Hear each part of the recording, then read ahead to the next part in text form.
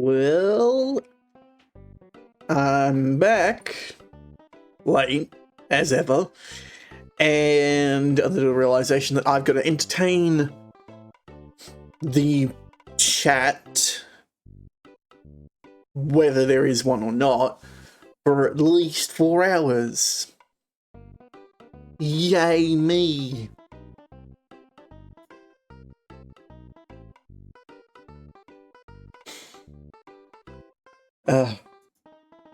So, to give a bit of context...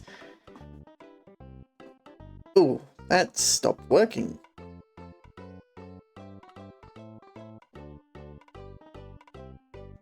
Great!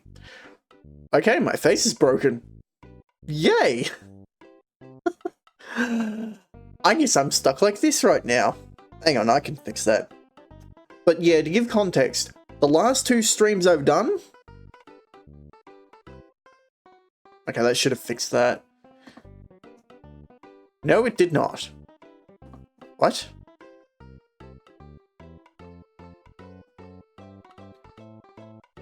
Okay. Okay, it's just gonna do... Okay. Gonna do that, and then that. Okay, that works. So, for some reason, it just wasn't working while minimized. Normally it does. Whatever. Okay. So, for context, and yes, I should hydrate, I am focused and all over the place at the same time. Good job.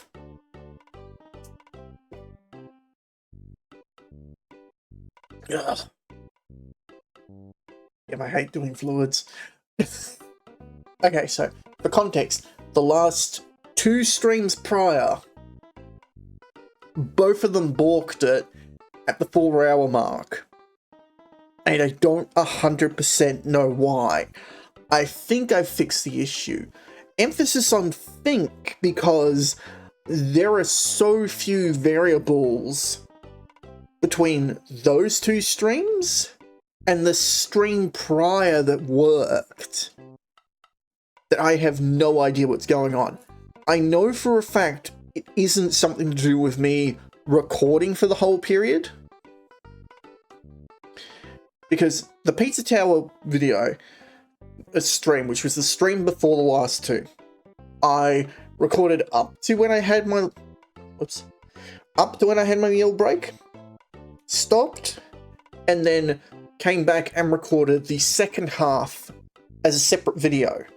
So, me recording in the background shouldn't be related to the issue, because I split the recordings during the second Final Fantasy IX stream that balked it, whereas the first one, it was a whole continuous recording.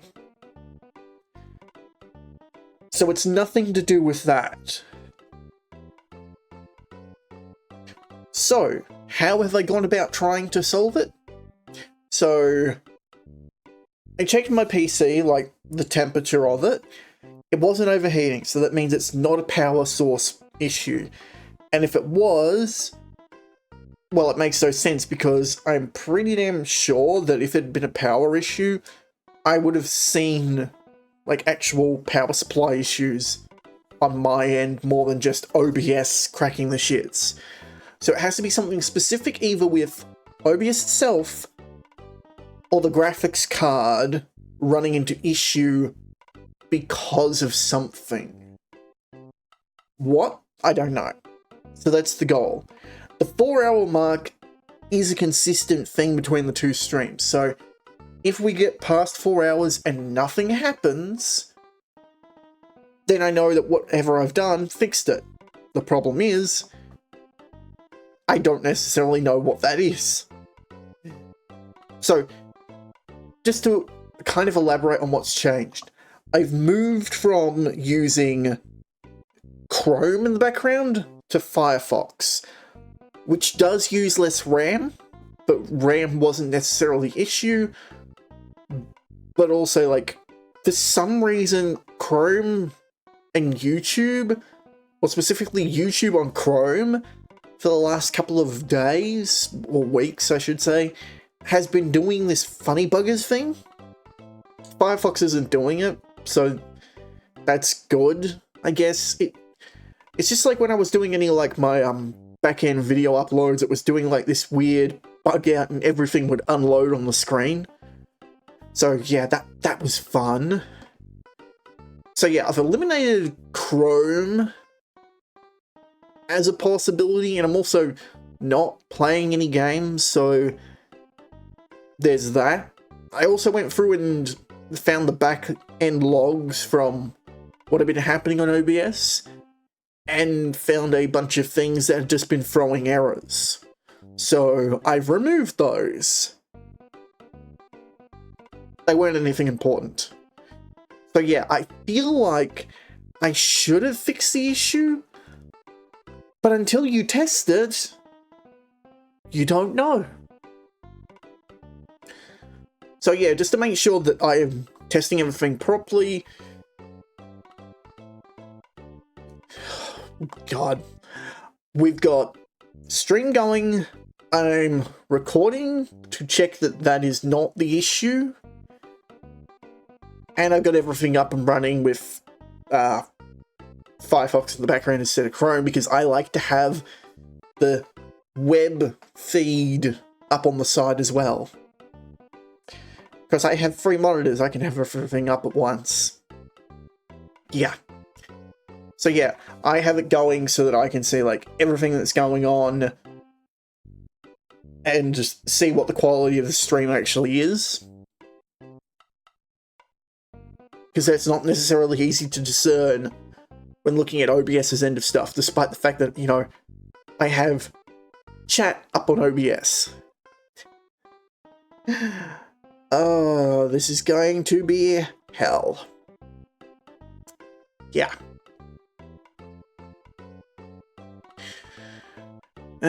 I'm also monitoring, like, the GPU just to see if that's not the issue. Monitoring. Gotta monitor everything. Because something was causing the issue. And if nothing trips up, and everything that I see going in the background is working fine, then it means I know that it was something to do with OBS and Chrome running at the same time. And more than likely, some update happened to Chrome in the background between the Pizza Tower stream and the first of those 2 Final Fantasy IX streams that was causing an issue. And if it wasn't that, then the other possibility is it was a new scene that I had added and there were just too many scenes running in the background. I don't know. Full disclosure, I have put together the new intro. So people probably seen the old intro at the start of stream. I've got the new one set up on a separate scene because I wasn't sure if it was ready to go, and it kind of isn't. I've still got a couple of things I need to change with it, but it's there. And I don't know if that could have been causing the issue. Plausible? Honestly, anything's plausible. There's just too many little variables and unknowns. So trying to just eliminate as many of them as possible and narrow it down. Because, like, if the changes I made to OBS works, then I know that everything's good. If it's because I changed from Chrome to Firefox in the background, then we're all good. But if it happens again, it means that it was something else. And if it's something else, then I'm worried. Because it could mean that I've got a hardware failure that I didn't necessarily pick up on, or there's something else going on in the background that I'm not aware of. Some sort of thing that may have gotten downloaded, or who knows. So yeah, now we've got to just hold out for 4 hours. Yay!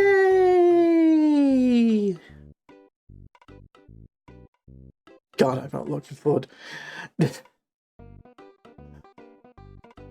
So So I guess with 4 hours to kill, we can talk about what I've been working on behind the scenes, because I'm sure some people are curious. So, the model is pretty much ready. I've done testing, the rigger and I have talked and done the touch-ups that I wanted to do. I feel at this point, I'm not going to be able to do anything more to it to make it... what's the word? I'm trying to be really careful because, you know, you say the wrong thing and it comes off the wrong way, so it's like, I don't want to go like, oh, it's up to snuff or something, because it's not anybody's fault other than me setting a standard for it, and whether that standard is realistic or not. So yeah, I'm basically at the point of where I feel as though it is good enough. No.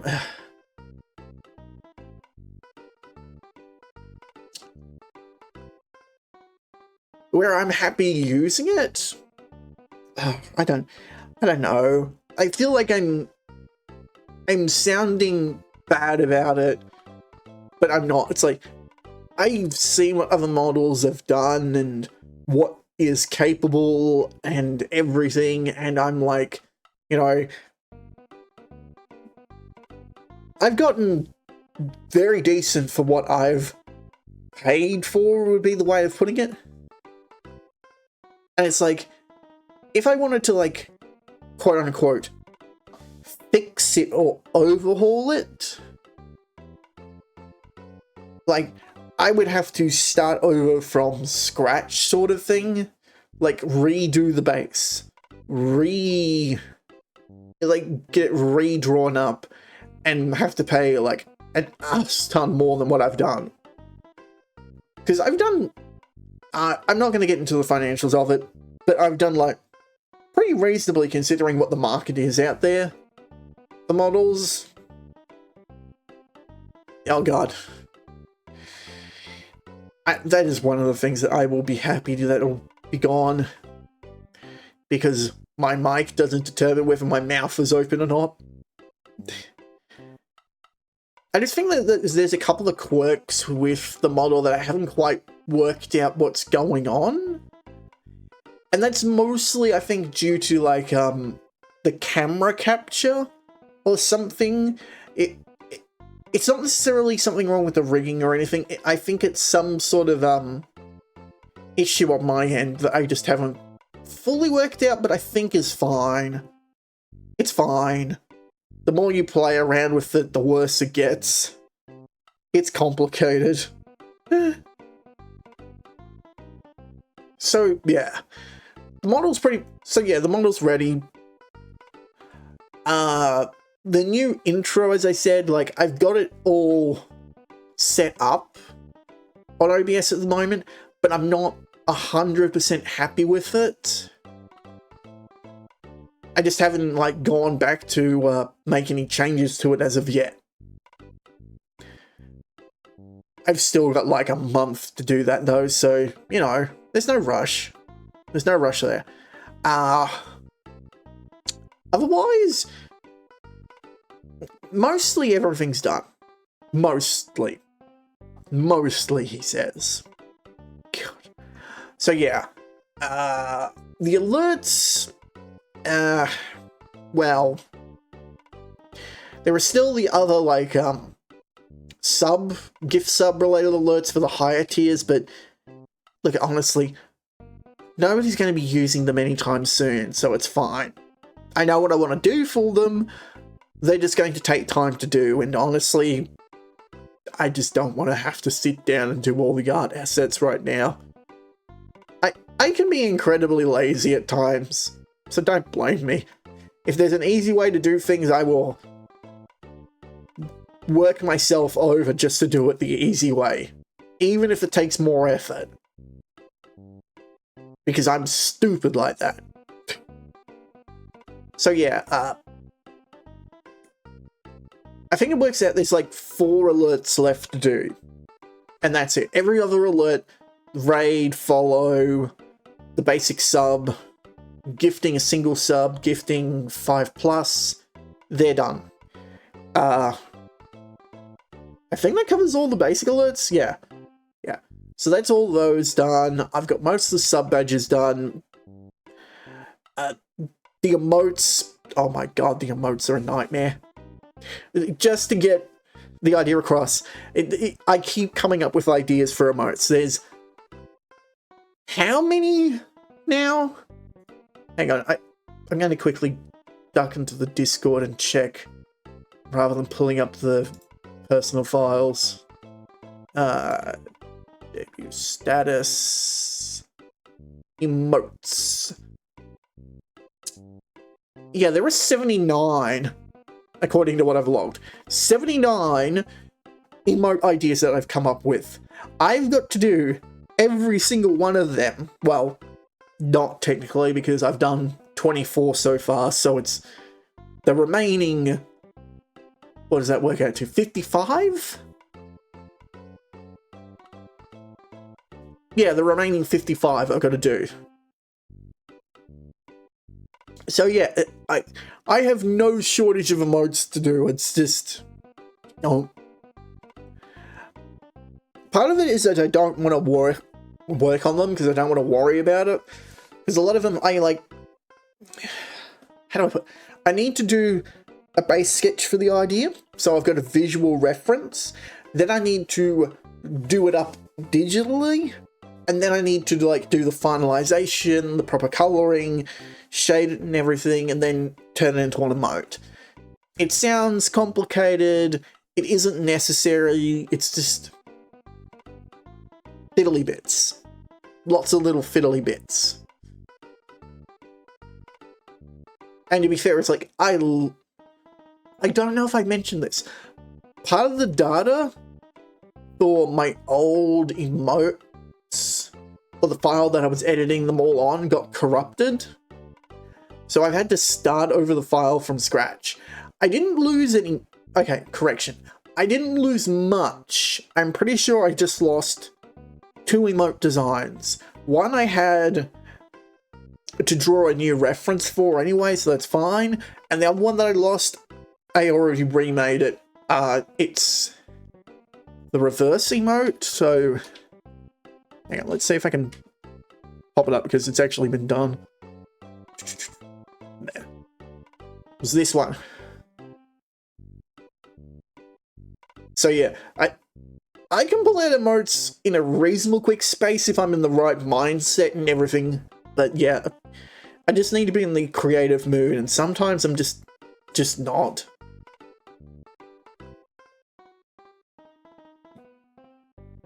Because, I want to do it when I'm enjoying it. If I'm, sitting there, I'm, forcing myself to do it, it becomes, me fighting against myself, which, honestly, I don't want to do.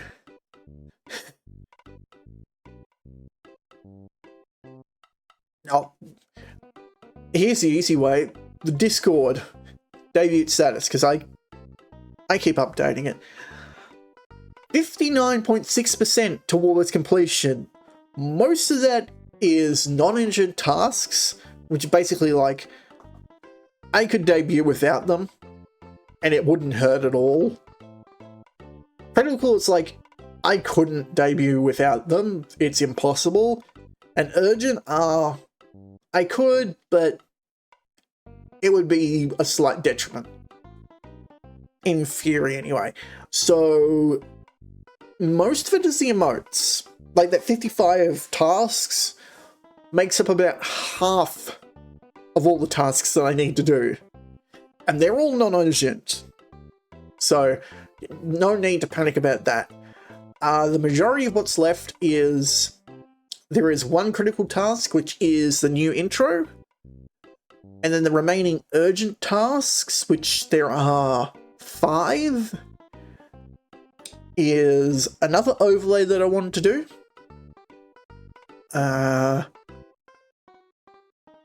Oh, and the 4 sub-alerts. And that's it.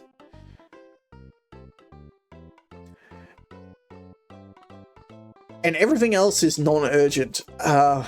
So that is a bunch of like tracking overlays for stuff, for randomizers that I haven't done from forever. Let's see what else. The emotes that I've already mentioned. A few future sub badges.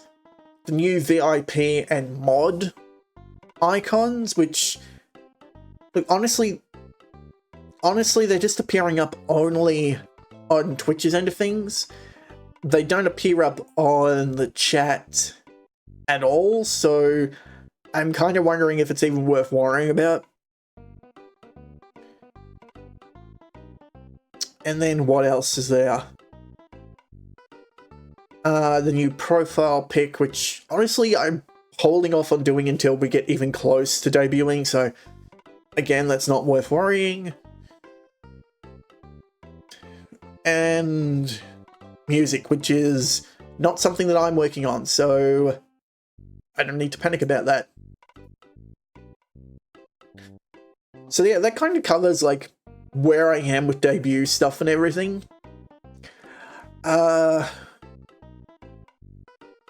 At least in terms of like stuff that will go on after debut. Because there's the actual debut itself and organizing stuff for that. And by organizing, I mean doing it myself because, well, I am a cheapskate and a lazy ass.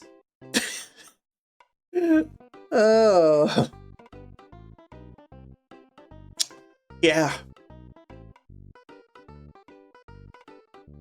So just to like go through, it's like, I've been thinking about what I want to do for it, and honestly, I feel like I don't need to do like the whole flash shebang sort of thing, you know? Like, a lot of debuts, particularly like the first debut, it's like, oh, here's the model, let's just keep going.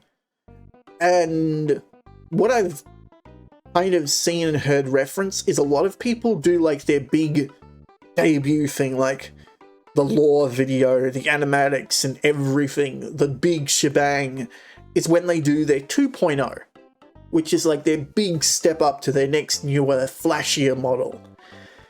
And right now, technically, this model is my 1.0, but it's coming, not this PNG thing that... Heck, this PNG is technically a 3.0 at this point. Like, this is a whole new PNG that I made up in the time period beforehand. Actually, have I addressed this? Have I addressed the 3.0 here? Okay. So a little bit of interesting stuff, I guess. This PNG was actually meant to be its own live 2D model. So it is like prepped to be rigged and everything. Full on rigged. It just never got round to it. Part of the reason it was just not working, and I think I need like more layers than the free version of Live 2D will allow. And because of how I've aligned the model, a lot of like the rigging stuff for it is just tedious. Because the face isn't centered on the image, which is my fault. It's an easy fix, I just haven't done it yet, so at some point I do want to like get this thing rigged up into a proper live 2D model, not because I want to use it as a substitute for the actual model, but more like it's a neat little throwback to the good old days of being TV mode. So yeah, that is something that I will probably do later down the line, because it is something so far removed from everything that's going on. But yeah, this is technically a 3.0. My first live 2D model will be, however, a 1.0, which is so damn confusing. And then eventually I will do a 2.0 at some point, but you know, that's when you have money, time, and connections, and you know, you can dedicate yourself more to this thing we call VTubing. But I do realize that there is an importance to doing a debut even with a 1.0. You put it out there, you set a date, you put it out there that you're doing it that date, you advertise yourself so that people know that it's happening, you do the big show of, you know, here's the model and everything, and you do the diligence of showing it off and giving an introduction to yourself to people because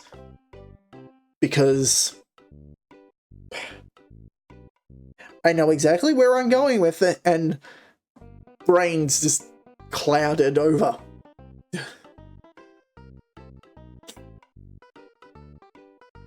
You want to give the audience an idea of who you are. And a debut does this, noted in a kind of roundabout way, but it does do it. It's about showing the audience who you are as an individual by association. So like,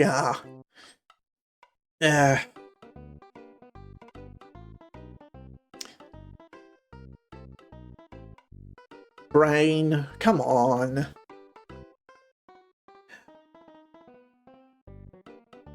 I'm trying to think of a way to put it, and it's just like not coming through in my head.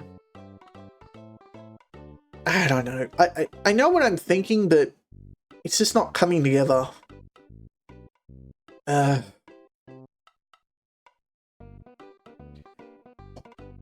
swear I need to, like, recharge my batteries more.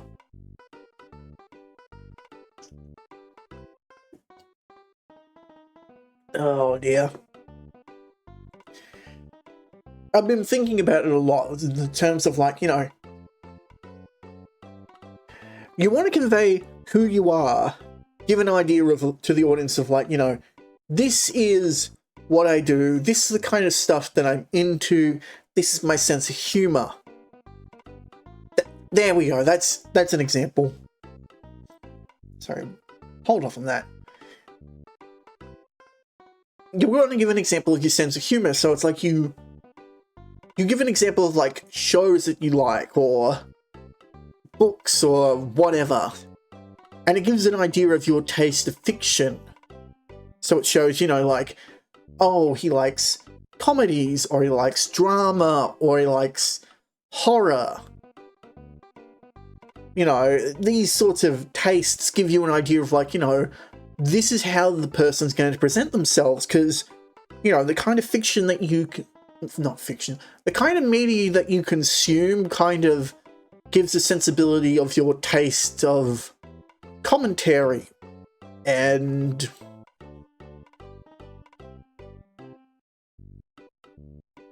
where are you going with this?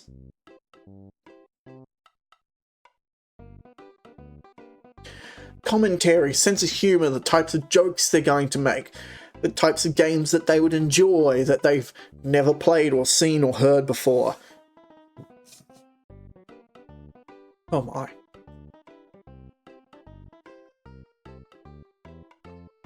So it's like there is a point to, like, doing, like, favorite things and likes and dislikes, even if it's like, even if it seems silly, which I feel a lot of people have gotten to this point of, like, it's icebreaker stuff. There's nothing more to it. There is a degree of usefulness of, like, knowing this sort of stuff. Oh, this person likes TV shows set in the 90s, so they've got an interest in, like, the retro style or something. They don't have anything that's live action listed. I guess they're into animation or stuff. I don't know. I know what I mean, but I feel like I'm conveying myself very poorly at the moment. I mean, what's new, dumbass? You manage to convey yourself poorly most of the time. But that's kind of been my thought process with everything, and so I'm going to run an ad while I deal with my nose because it's starting to actually annoy me. Give me like a couple of minutes.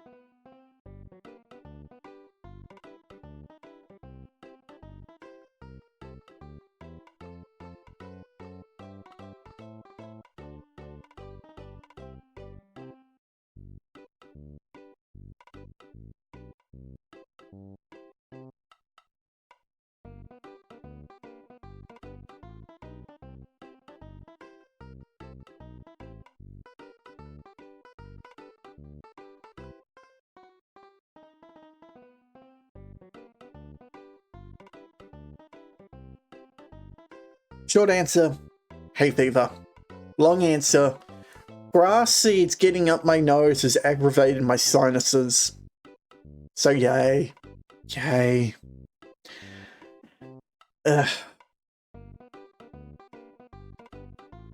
So yeah, there is value into like some of the interpretive styles with with some of the like really cringe.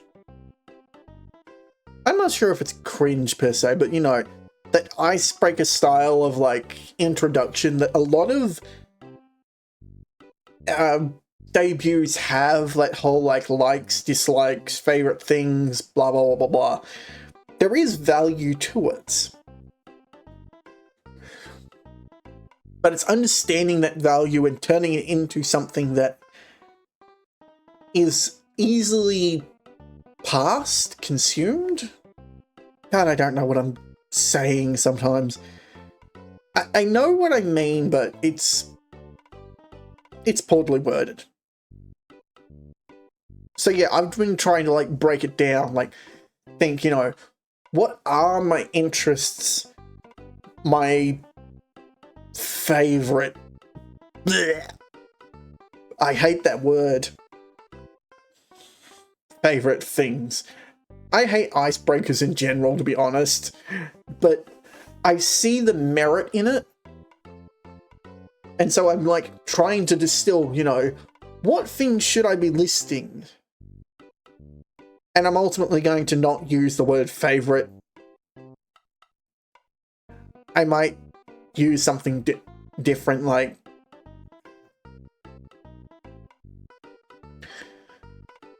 enjoyed. I don't know. I'll come up with a different terminology that is more indicative of what I feel towards it, because favorite is a strong word, but it's also fickle. You know? It's like when you're growing up, you have this idea of a favorite color. I love how I'm sitting here and I do the freaking air quotes with my fingers. And no one can see that. Oh dear Lord, I'm terrible. But yeah, like, you have a favorite color, and like from year to year it changes. heck, most people will change like their favorite sports ball team until they get set on a particular team. Though some people will change from year to year, even into their adult life. So, yeah. The idea of favorite to me is silly. So when I think about it, I'm thinking more in terms of like, okay, this is a piece of media or entertainment that I would see myself coming back to re-enjoy, in a sense. Something that I would go out of my way to do as well, not just, oh, this show or movie or whatever is on again. You know what, I enjoyed it last time, I'll just watch it. No, my thought of it I'm going to use the word favourite for the moment as a placeholder because I can't think of a more apt way of describing it, but like, I'd consider favourite something that's like, you would go out of your way to re-enjoy it again. Unprompted. So it's not like, oh, it's just there, I'll just re-enjoy it. It's like, no, I want to go back and re-enjoy this thing.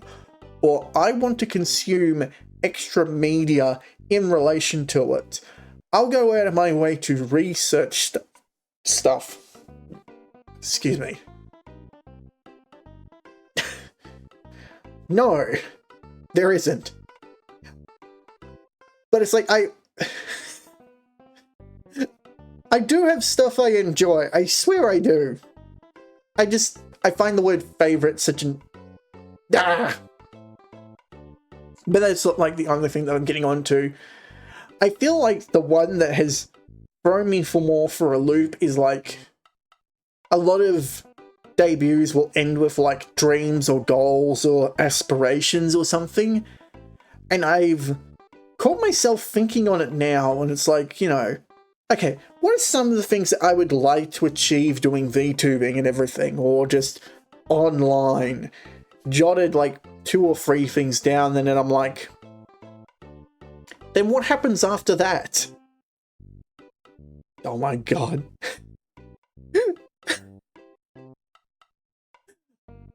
Guys, you're twisting my words!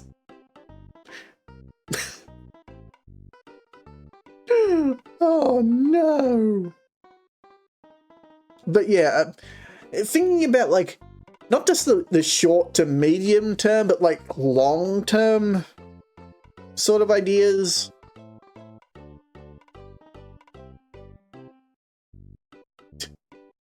Money.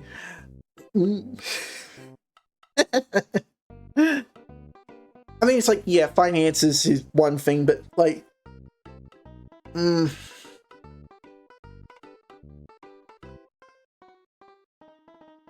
don't know, I'm weird in this regard, I think, but like, I want to do this professionally. I really do.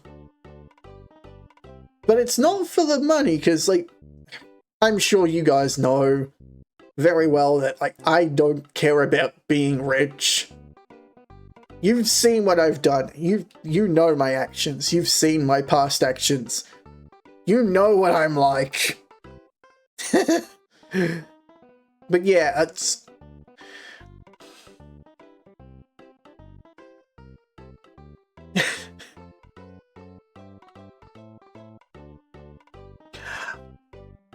Well, you can't enjoy it as not a hobby, but rather... I'm trying to put it in a way that makes sense. It's a hobby for now because of technicality. You know, I need to do a day job and everything, but it's like, I want to do it full time. I want to do content creation full time. You know, I want to enjoy the whole process and have time to do more creative stuff. Be really crazy. Absolutely crazy. But, you know, it's finding that balance at the moment that's been a real hard thing for me because, well, yeah, time, finance, having to be a real life flesh and blood human, which is a pain in the neck. But if I had the time and didn't have to worry about finances and worrying about whether I can pay for real life bills and rent and that sort of shit. If I didn't have to worry about that sort of stuff and having to do a job and be at a certain place at a certain time and everything, and could just focus solely on the live streaming stuff. Well, not just live streaming, you know, there's far more in it. There's the live streaming, video editing, creating new assets, planning things. Like, I enjoy most of the process. Most of it. Video editing sometimes is a pain in the ass. But I enjoy this, and I would like to be able to do it full time. I mean, everyone burns out. What am I saying? My own history, I know I don't suffer from burnout. Okay, full disclosure. Back in high school, I decided to watch through an entire anime day in, day out, between school and homework and everything, for a couple of months straight, to the point where I actually had an out-of-body experience. I know that sounds like nonsense cringe, but that is the easiest way to explain it. So yeah, I have, like, no sense of burnout. I can be obsessed about something and do something monotonous over and over again ad infinitum and not feel burnout. I don't know. I might be weird.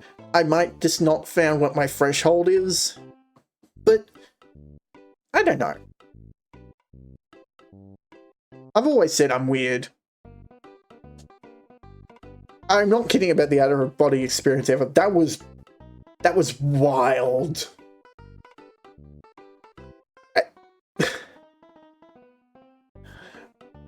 Oh, don't get me started on the fact that normal is such a weird thing in and of itself, but I will put the lid on that box and leave it alone. I should know better. But yeah, I do want to explain, like, the out-of-body experience thing, because that is kind of weird. So, when you watch something, like, you get absorbed, you remove the fact that there's a screen or that you're physically there in front of it and you're just absorbed in the media in front of you. When I, like, got to the end of the series and just snapped out of it sort of thing, like, there was that brief moment where I came to the realization that I'm not just watching a screen, but I'm physically in the room sitting there, and felt like almost I was watching myself from behind, like I'd snapped back too far. It was this surreal mental thing. Mental thing. God, I'm mental. Let's get over the joke. But it felt like I had left my body for a bit. That's the best way to describe it. Do I believe in that paranormal stuff? No, but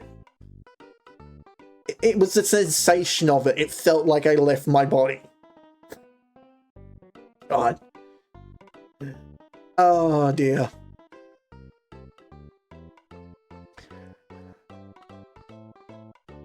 Oh boy.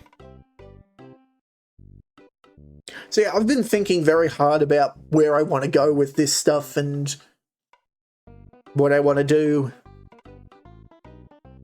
Particularly since, you know, the debut is going to be sometime mid-November. So I've got a month and a bit to sort myself out.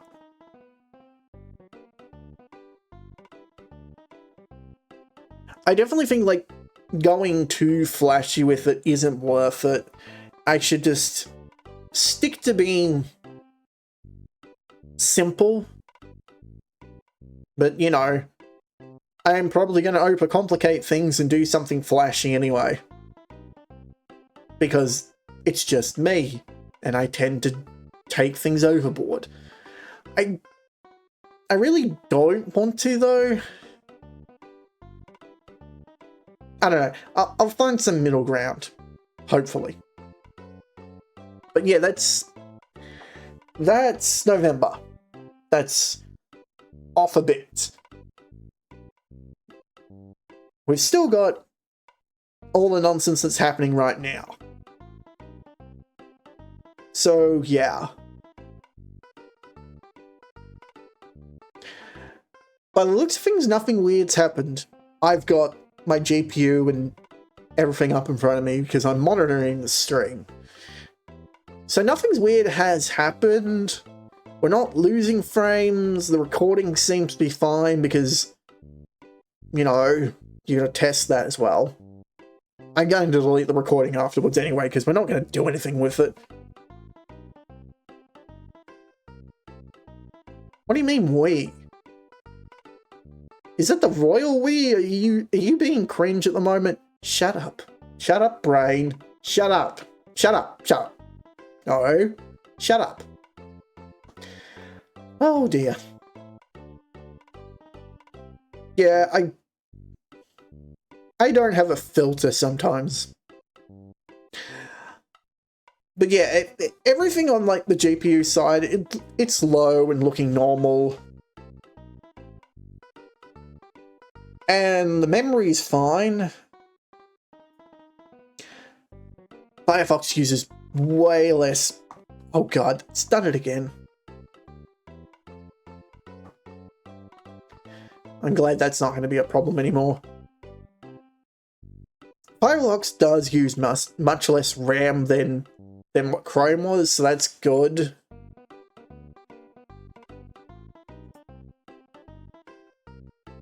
But yeah.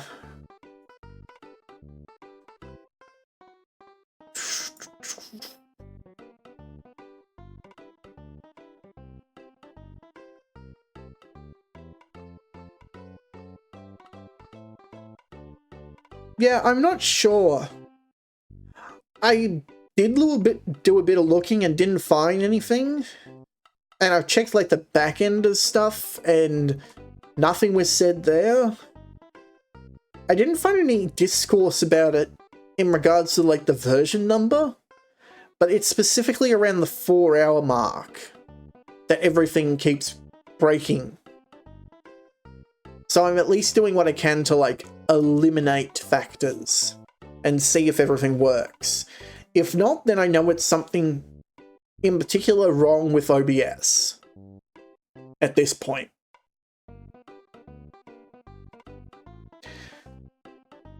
But, you know, we will find out if everything breaks or not.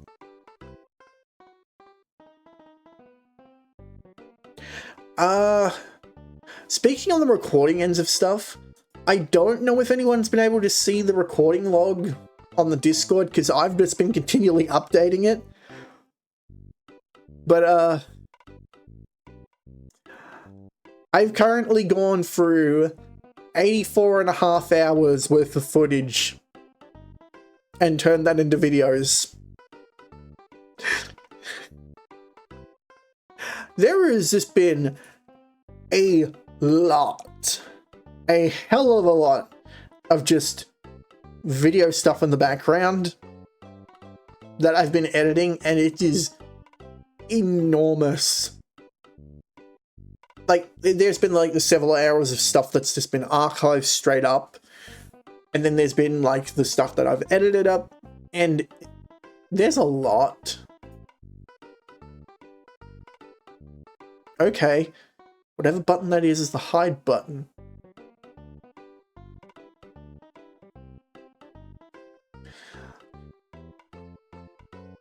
But yeah, there's a lot of like just editing to go through, and I've been going through it.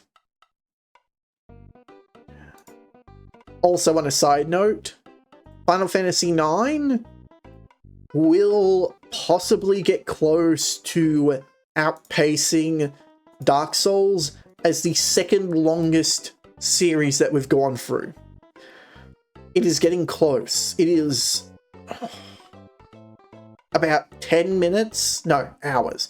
10 hours behind Dark Souls. I don't know how much longer we'll get out of Final Fantasy IX though. I mean, particularly since with all the stuff. No, that is fair. That is completely fair. I have been saving the VODs, so the full VODs are on the VODs channel. They just haven't been released yet. In fact, that's what I've been doing with a lot of stuff. I'm actually gonna plug the YouTube stuff right now while I remember. So yeah, the VODs channel I've actually been releasing stuff on. A lot of the stuff has been like the old records of things from ages ago, and some of the newer stuff has been getting out. Oh yeah, I started doing the TikTok. I know you've seen that bio. Just to be like completely transparent,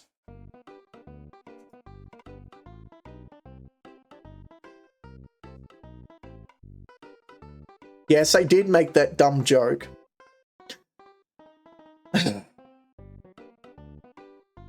But yeah, anything that's being uploaded to TikTok is also uploaded to my main YouTube as a YouTube short. So it's the same stuff in both places. I just figured if you're gonna do them, may as well put them everywhere. Diversify. Yeah. So I've kind of gotten into the habit of, I don't know, doing my content everywhere, or at least in more places than just the one.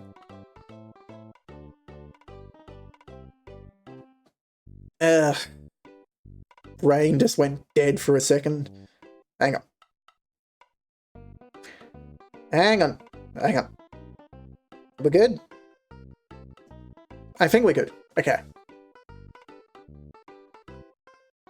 So yeah, I've been releasing most of the archive stuff and slowly, very slowly it feels, clearing out the hard drive of stuff from the early days. So like going back all the way to the early years of 2020. So yeah. I don't have anything as far as shorts planned now because I've used up most of the backlog content that I know I could turn into shorts. So now I just need to keep my eye out for anything that would be worthwhile. But yeah, a lot of my early content is kind of garbage for that sort of stuff. And by that I mean like there's lots of long pauses. My thought process isn't as on point as it got to in, say, late 2021, early 2022, where I started to get more snappy. It took me a while to break out of my shell. Like, oh god. I have to look back over my old content and, oh my god. The early stuff between, like, I know I've called them eras everywhere. Like, Era 0 is the pre-recorded content. Era 1 was a doozy of me not putting the mic through when streaming, and Era 2 was the gap between that and getting to affiliate. But that Era 1, 2, and part of what I call Era 3 are like some of the worst content that I've done. In terms of just like my commentary, because oh god, it's bad. Or I should say, it's lacking completely. Like, I just go silent for a while. It's terrible. But, you know, I'm not going to just delete my history or my past because it happened. It's going to exist on the internet somewhere anyway, so I may as well have it exist on my terms. Ah, God. So yeah. As far as everything goes, I think I've covered most of 2020 now, and everything I'm doing is from 2021. Yes, it is. Except when we go back and realize that my early stuff is freaking... Oh, God. So it is on the archive channel, and that's pretty much the only place it is. My very, very early stuff. So I've got most of my early streams there, which would be before anyone actually knew me. Because I said I started streaming in September 2020. Turns out I started streaming a bit earlier than that. Because I found the old VODs prior to that. So yeah, there is some like really ancient stuff now on the VODs channel. Oh yeah, the SM64 speedruns. They are all up there. And they are terrible. So for disclosure, when I say that the VODs are mostly unedited, basically what it means is I do the diligence of sound balancing them. So like turning the volume up, because oh my God, a lot of the early streams, horrid sound balancing. Like you cannot hear me even if I had been putting the mic through. And like, I'm sure some people have noticed in like the Etrian Odyssey videos, my sound balancing is awful. My voice sounds like so grainy and distorted. That's because I had to like put the gain up so much because I just didn't think about pre-audio. And just figured I'd fix everything in post with the pre-recorded stuff. So yeah, some of that stuff just sounds like absolute garbage, and that's because I did a crap job of recording. Or thinking things out. But now stuff sounds a lot cleaner and crisper because I actually put the work in. You know, like I should have in the first place. It's like, yeah, some of that stuff is, oh, so great. Not. God, the most annoying thing to be editing at the moment has been FF7. Final Fantasy VII has been a pain, particularly since the section that I was doing last was the friggin' war market. Oh my God. I'm sure Rune remembers that section because Rune was having to guide me through the whole damn thing. And it's like, trying to edit that down into something that was watchable was a nightmare because it's like, I am running all over the place. I'm saying basically nothing for the most part. And it's just this incomprehensible long string of time. And it just made me realize...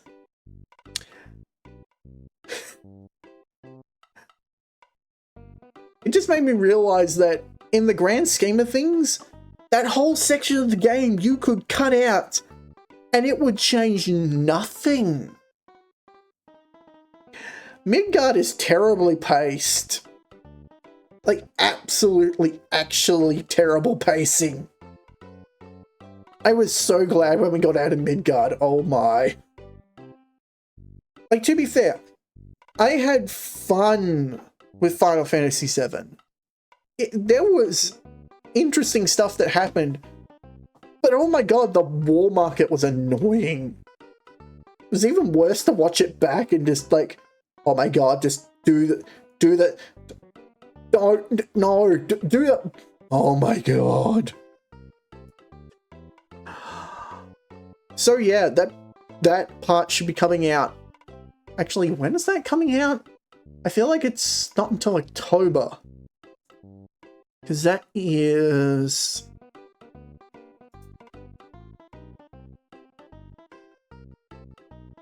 Oh, like, the idea of War Market is fine, but it's so padded out. There's, like, stuff that just doesn't need to be in there. Yeah, that's not coming out to the 12th of October. That would be the 11th for most people. Because I put the dates in terms of my time. Like, there are funny parts in the War Market section. The problem is that there's just so much running around in it. And it is... I don't want to call it moon logic, but it doesn't make itself clear with some of it.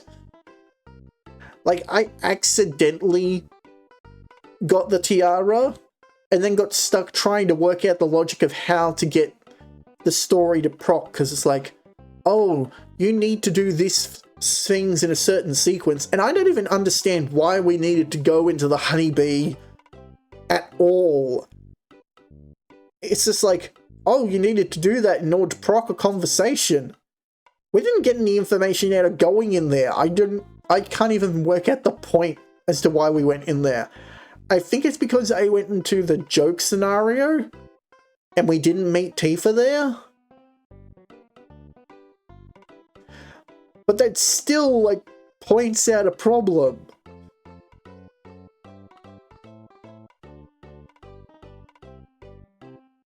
Like, I'm not going to say the game was bad, but it's like...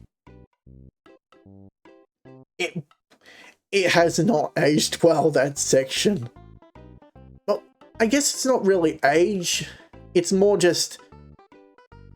It's convoluted, busy work that could have been very much condensed down, because I feel like the only thing that has any factor as to whether the costume worked is A, you get all the costume pieces, which I think you need at least 3 of them anyway in order to be able to do the event, and how well you do with getting the wig. Actually, you know what? I can check that.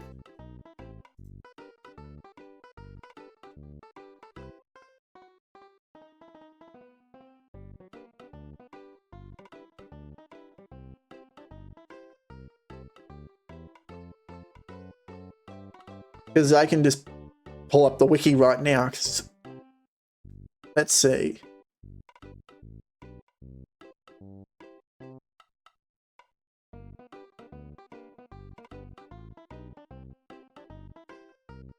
Okay, jump through.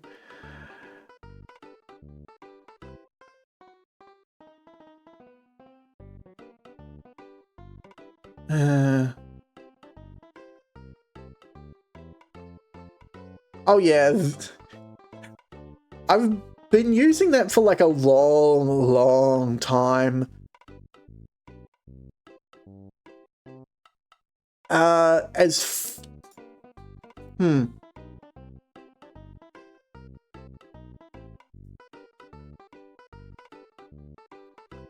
Might just go for wash through.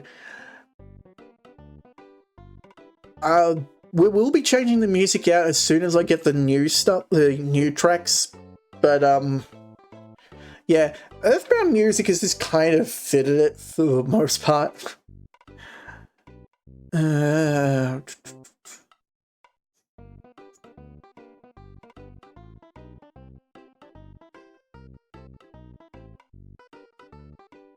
Oh yeah, I think I've just put it down low enough that it's like that, you know, brain.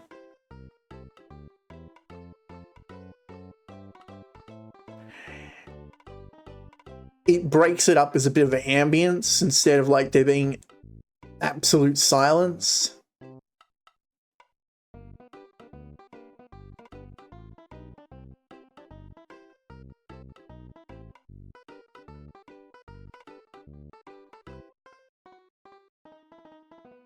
Okay.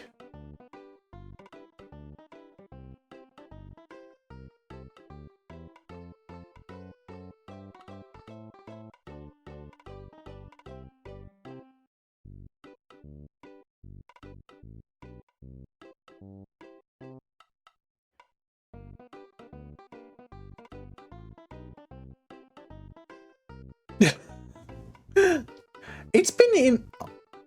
God, I don't even know how far back it's actually been in. I've been using it for a while.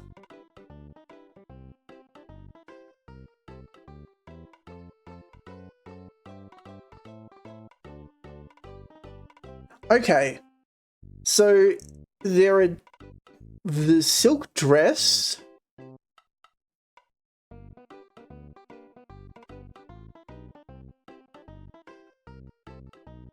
No, actually, I think it's been before Earthbound finished up.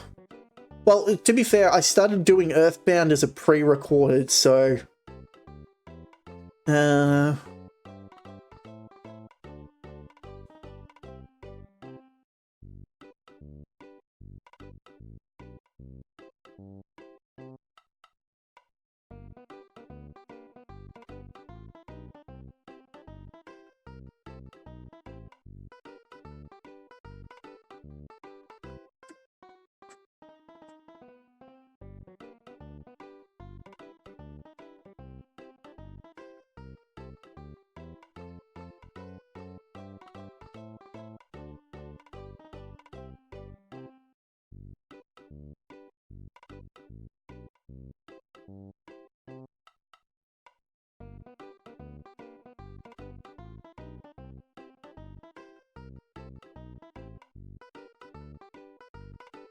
Okay.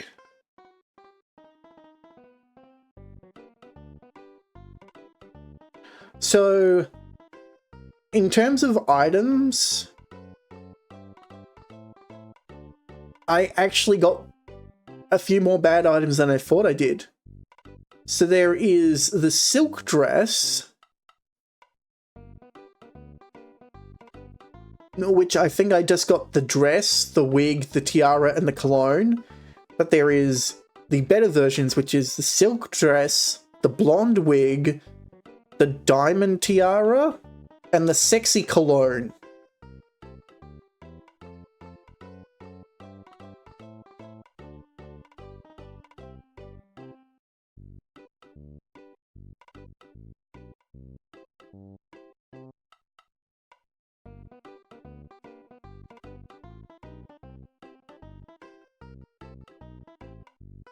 Oh, and there is...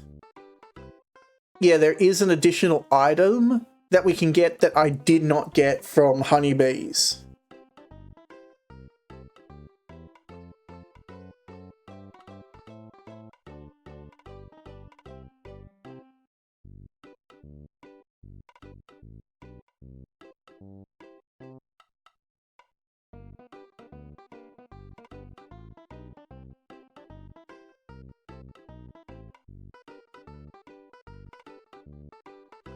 Okay, so there are two possible items from Honeybee that you can get.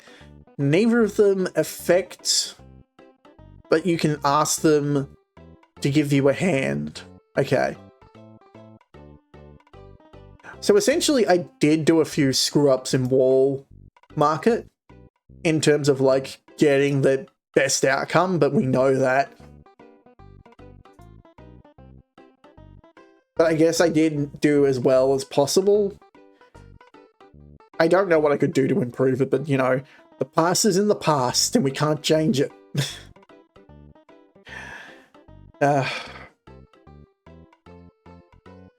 Honestly, I don't mind the idea of, like, convoluted side quests and things, but I don't know.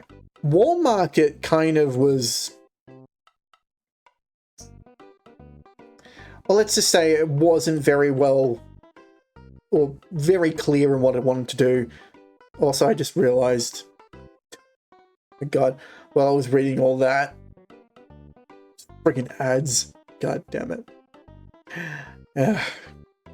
Oh well, nobody missed anything really important. It was just me muttering about oh, this, that, and the other thing in terms of Final Fantasy VII and the War Marker quest, and finding out that there were at least 2 plausible items that I missed out on. But yeah, basically I got the bad version of every item, as far as I can tell. Oh dear. I don't think there's any RNG involved, but man.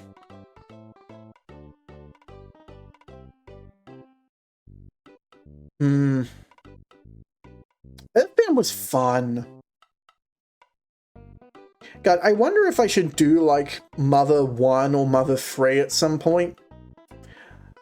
Mother 1's probably a hard one to do since... no, not that I don't have access. I'm pretty sure... I've got that in the cupboard. Hang on, let me check.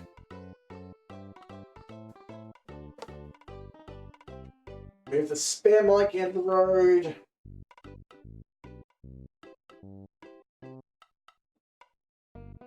I'm going to open this cupboard up and check what games were on that thing. I know I wrote them down on the Discord, but I'd rather...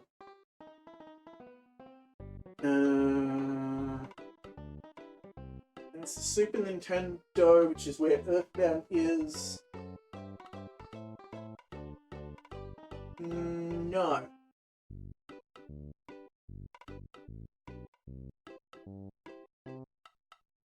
I swear I have access to Mother 1 somewhere. I don't know.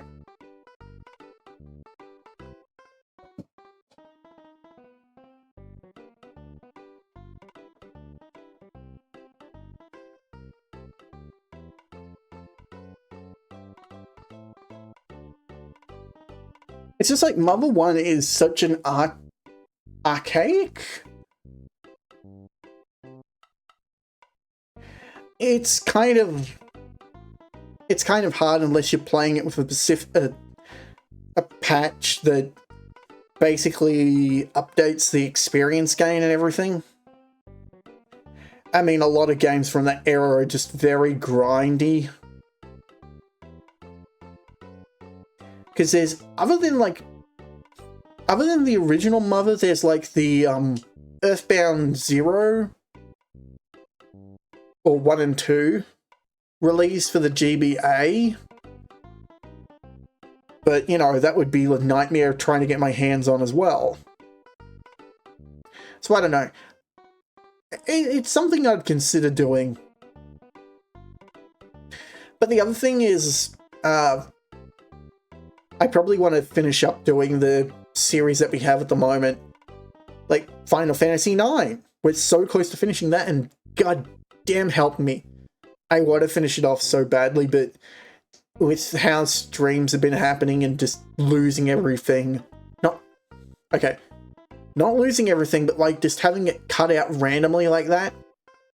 Or very specifically at the 4-hour mark. Makes it very difficult. And annoying. Because I lose like the last few minutes of footage. So it's like, if it was a very pivotal moment and all of a sudden it breaks, that footage is gone and I'd have to redo the section, and it's like, I don't want to have to deal with that. So that's why the testing is on.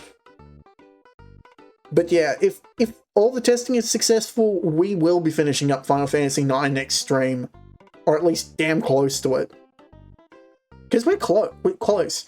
We've got Memoria, which I think is like the final section. And then we've got like 2 boss fights. But as Rune pointed out, we've got like plenty of side questing to do. So we should be able to do it in one stream. Should being the operative word there.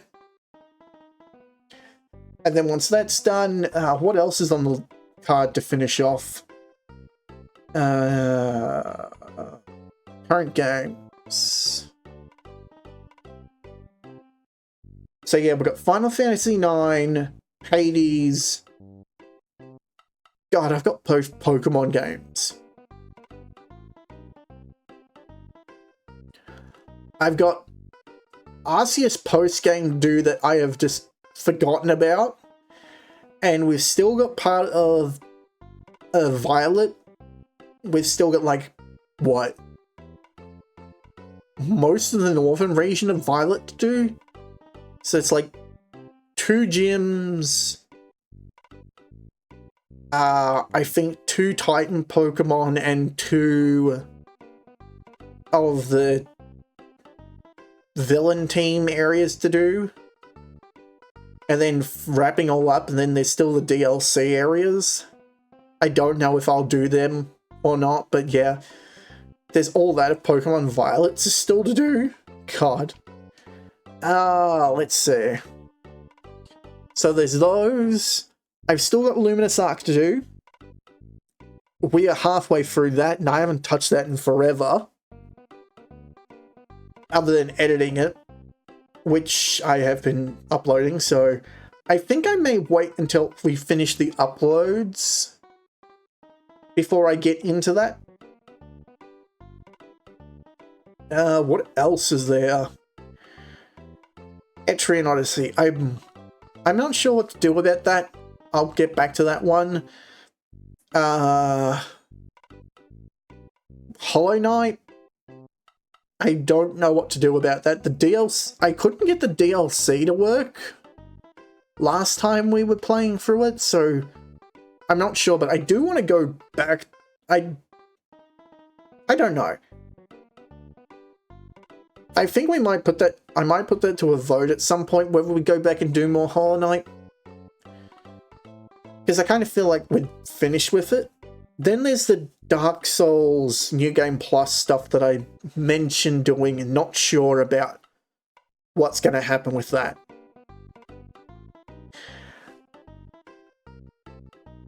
And then we get into the other stuff. So, Buck Bumble. Oh god. Buck Bumble was a sub-goal, and I'm not sure how I'm going to deal with that, so... So what happened? I got a copy of the cart, it won't play. It just straight up won't work. I've got no idea why. It won't load or anything. I tried running it on an emulator, and oh my, it's buggy, like the controls are very clunky, and I'm not sure what I'm going to do about that. So I think Buck Bumble might be off the cards is what I can do, just because nothing's working. I'm looking at the up next moment at the moment. Paper Mario, definitely need to get on board with that soon, because Thousand Year Door has its new release around the corner, so it would be good to get through Paper Mario before Thousand Year Door's remake comes out. And I don't know whether I will play the remake version of Thousand Year Door, or whether I'll play the OG one for stream. But I do want to do Thousand Year Door at some point as well. Looking at the other things on the list, however... Oh boy. So there is... DK64 Rando, Earthbound Rando... Looking more into Zelda speedrun, which I haven't touched in a while, and the Splatoon speedrun. So, as far as the Earthbound and DK64 Rando go, I swear I've looked into DK64 Rando and I might have done one at this point, so I should have taken that off the list.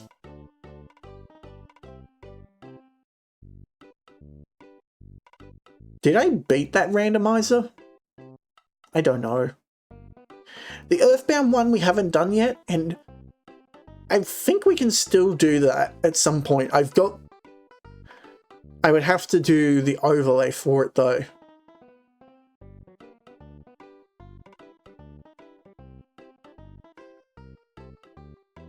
I will work that one out.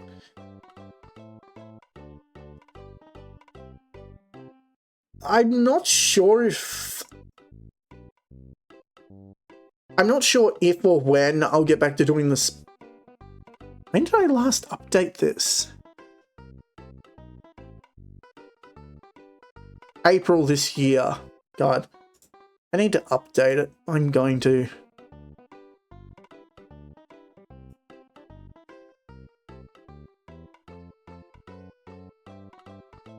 I'm going to do it now.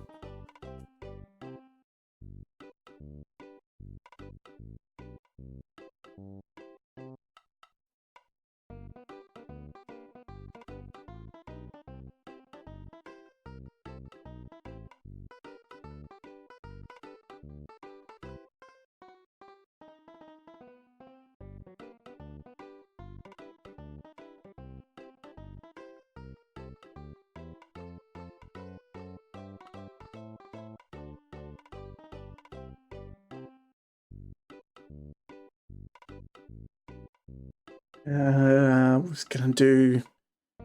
was gonna go back to do Pizza Tower and do just the collection for Secret Ending.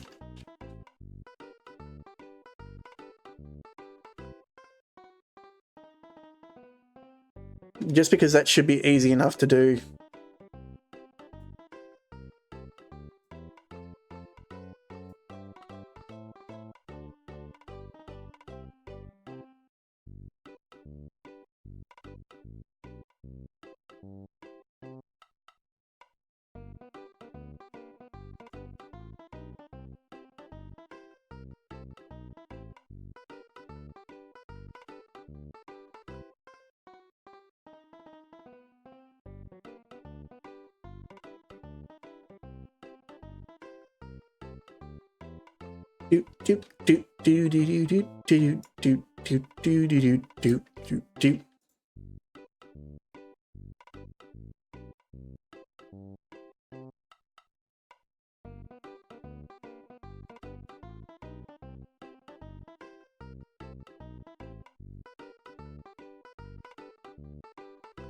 Okay, I think that updates the list and everything a bit better.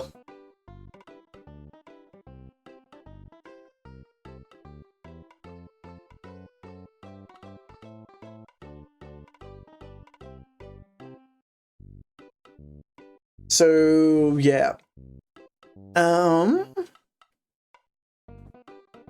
So I think what we'll do is we'll finish Final Fantasy IX and Pizza Tower off with those little objectives.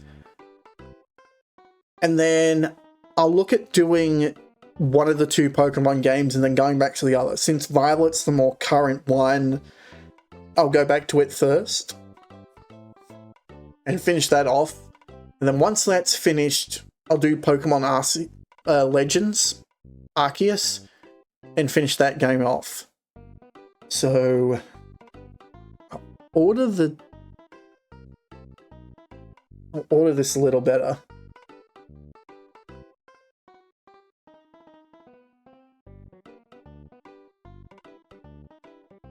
I know I'm like being very confusing. Yeah. I forgot. Just control. Duh.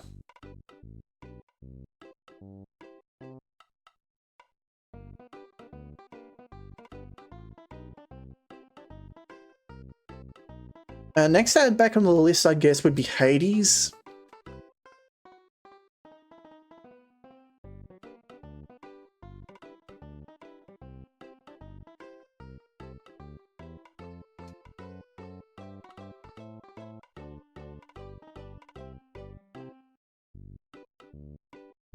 Since that, I don't know where the end game for that is.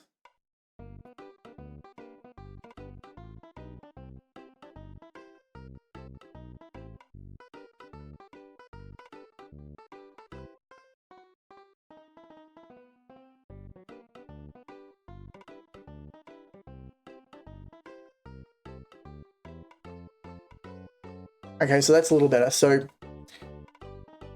we'll finish up 9, Pizza Tower, we'll do Pokemon Violet, then Legends Arceus, Hades I'll start back up again after that. Luminous Arc, I think what my plan is we'll get back into that once they catch up with the editing side of things, so that everything on YouTube is up to date with it.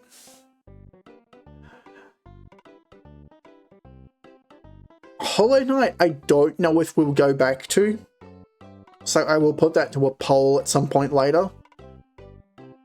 Because I technically finished the game. The 2 speedruns, I'm not sure what I'm going to do with that. Oh, God. Did I just forget about... Yeah, I've still got to do Splatoon 2.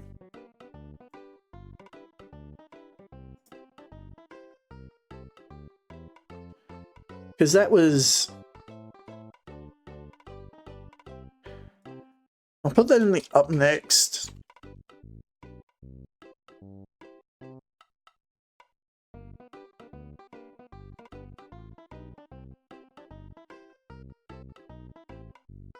As I said, I'd play through that.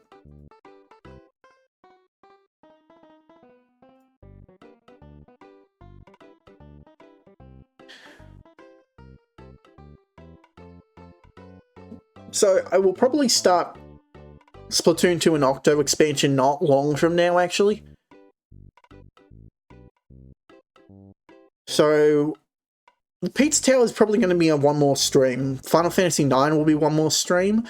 So then we'll bring back Violet, Hades, and I'll add Splatoon 2 in. And we'll do all 3 of them.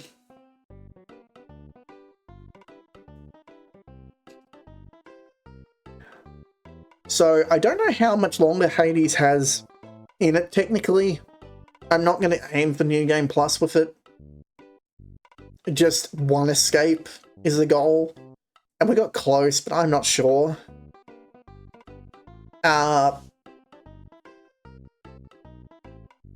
Pokemon Violet, I could probably knock out the rest of the main game without the DLC in one stream.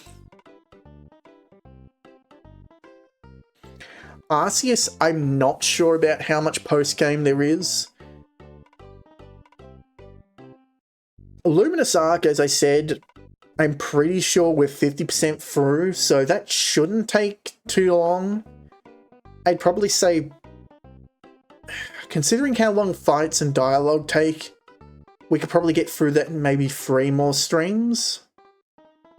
Splatoon 2, considering how long Splatoon 1 took to do, plus Octo expansion, we may get 5 streams out of that.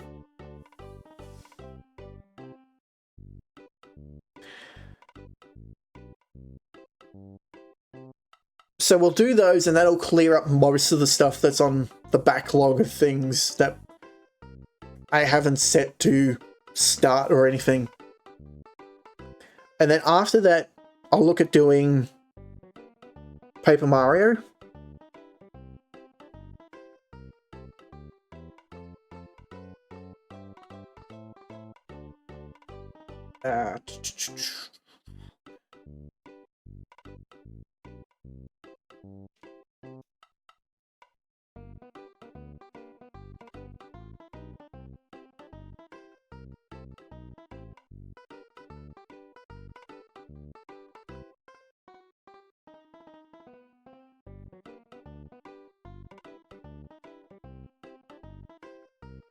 Okay. I got sidetracked completely with something there, didn't I? God damn it. So yeah, that's reorganizing plans for streams for when things go.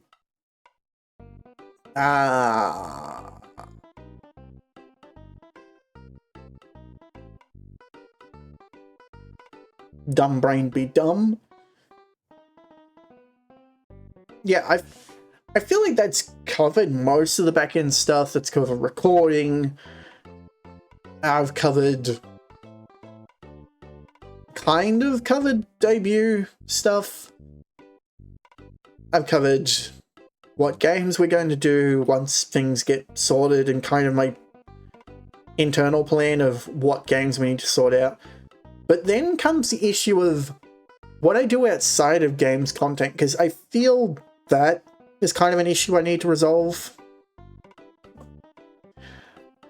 So I'm sure most of the regular people who turn up, because I need to consider that this is also going to be a VOD and that some people will watch this posthumously. Yeah. I need to consider what I do outside of just doing video game streams and just let's play sort of stuff, or the speed runs and that. What I do beyond that, because I've dabbled with trying to do art streams, and I know people don't mind, but I feel like they're terrible. Like, I get not so much distracted, but just hyper-focused, and I don't get stuff done during them. So they're kind of boring and awkward to do. But I do want to do something else other than just, you know, play game, talk about game, go offline. I need to do something more than that, and I haven't quite found what that thing is.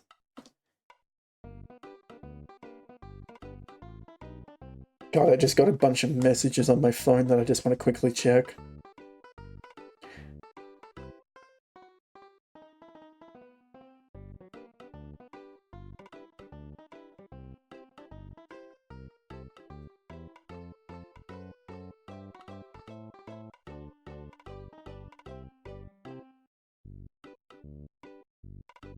It's just Helly letting me know something, which is fine.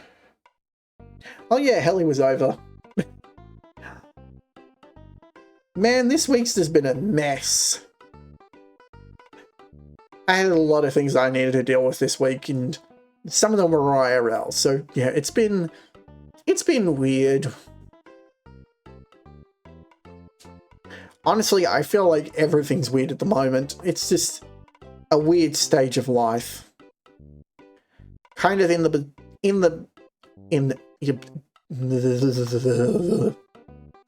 God damn it.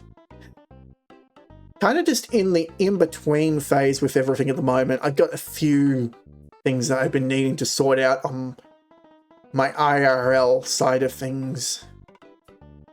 Which is why I've been working so hard on, like, getting videos up and stuff.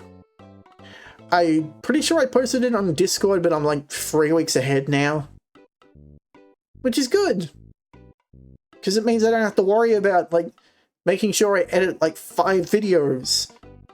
Seriously, sometimes it's just so much work. And sometimes it isn't.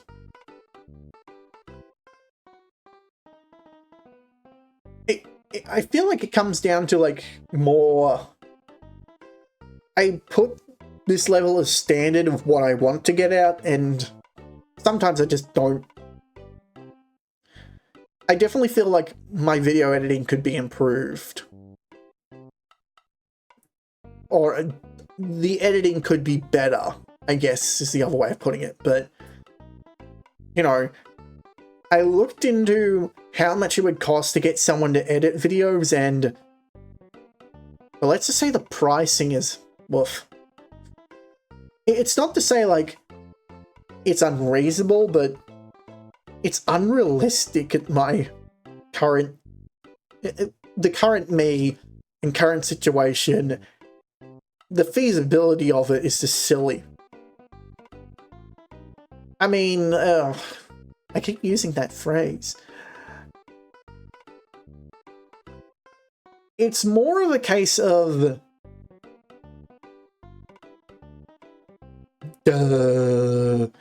more of a case of the value that I would put into it versus how much I make from it is moot.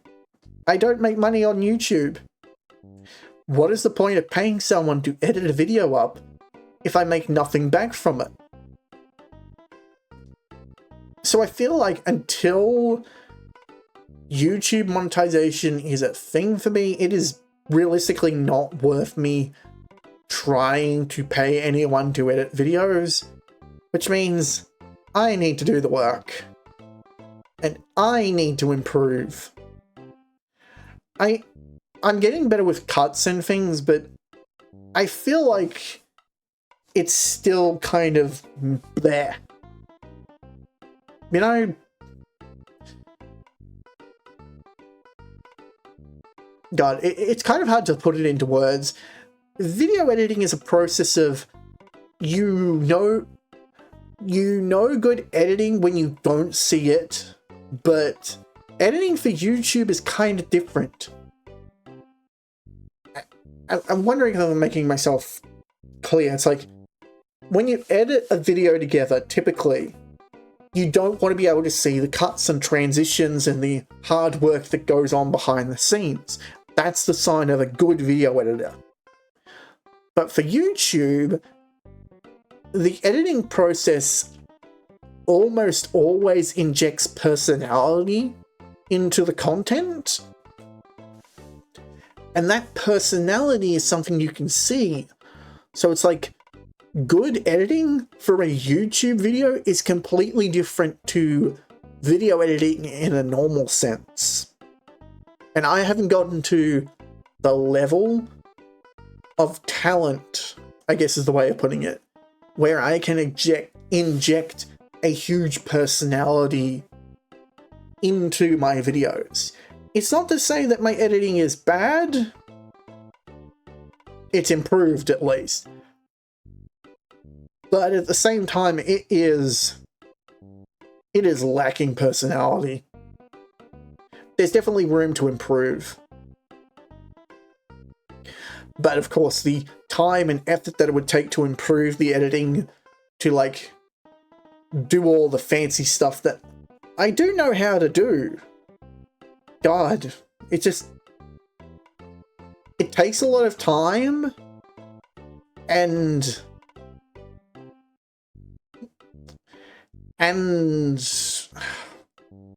I guess forethought of like planning the episode out. So, okay, let me break down the editing process for me now. I start with a start point of where I previously cut an episode. So I've got the beginning point, and I go, right, I'm going to go through the video real quickly and see where is the next major event that occurred. Like a boss fight, or a story revelation, or some sort of like checkpoint that you could say, okay, this is where you can end the video on, because it is a resolution to a sort of narrative between the beginning and end. So like a short narrative of sorts. I then need to then go through everything in between that section of content, which is typically about an hour long, and go, right, this adds to the story, this doesn't, this is a necessary point in the transitional flow, this is just fluff that I can cut out, and working out what I keep and what I get rid of until I whittle it down to my target time, which is, I've not been hitting it as often.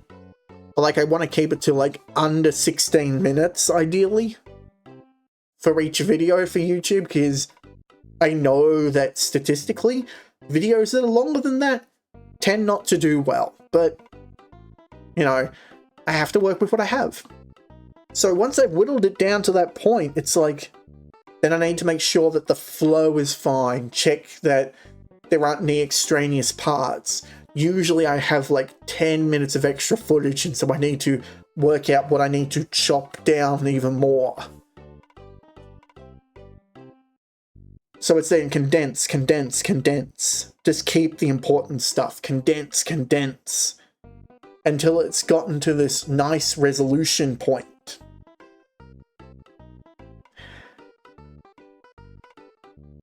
And that can take an hour to 2 hours to do, depending on how many times I need to go over the footage. And then it's like, the part that I'm kind of lacking in is like, after that, technically, this is what should be done after that. I should be doing a post-review of the video, watching it all the way through. Sometimes I just watch segments, because I do my sound balancing at the same time. And oh dear. And then I should be doing like, people may have noticed on some of the videos, I do like little comments from the voices in my head. God, they never shut up. But yeah, it's like having the curly brackets be like fact checks and that sort of thing, and the square brackets are the snarky remarks of stupidity, and just doing them through the video. But sometimes, particularly when I'm not saying much of anything, I don't need to add them, but I should be. And then there's like, I know I don't do much of it, but there's plenty of times to do like transitional cuts and not transitional cuts, things like zooms, black and white filters, calling back to prior events by doing partially transparent overlays and stuff, the zoom ins and zoom outs and rotates. Like, there are all those fancy bits. I know how to do most of them, and I just don't, because it takes time. To do them right, you need to actually go into the video, turn it into an... I'm going to admit, I use Adobe stuff. I've got to take it from Premiere to After Effects. I've got to then do, like, the video motion for it. If I want to do any animatics, I need to do them up separately in Flash. So, like, I'm sure people have seen, like, those boss cut-ins that I've been doing on... Been doing them on the Earthbound videos. I've been doing them on the Minish Cap. What was the other one I was doing them in? Super Mario RPG. So I've only been doing them on those three. Mostly because it's easy to get sprites. But yeah, like, every time I have to do one of them, I have to grab the sprite, find the sprite, grab it, turn it into a transparent PNG, because most of the time they're not, which is a pain. I have to create a separate copy of the shade, get them sized, time the animation, come up with the jokes in, like, the subtitles, strengths and weaknesses, and do a little research behind the scenes for that every time. And because of the custom lettering for, like, the big names, I have to grab, spell, and space that out every time. So that takes... what? Doing all that plus converting it to a PNG sequence, then converting it to a video file, probably take 3/4 of an hour every time.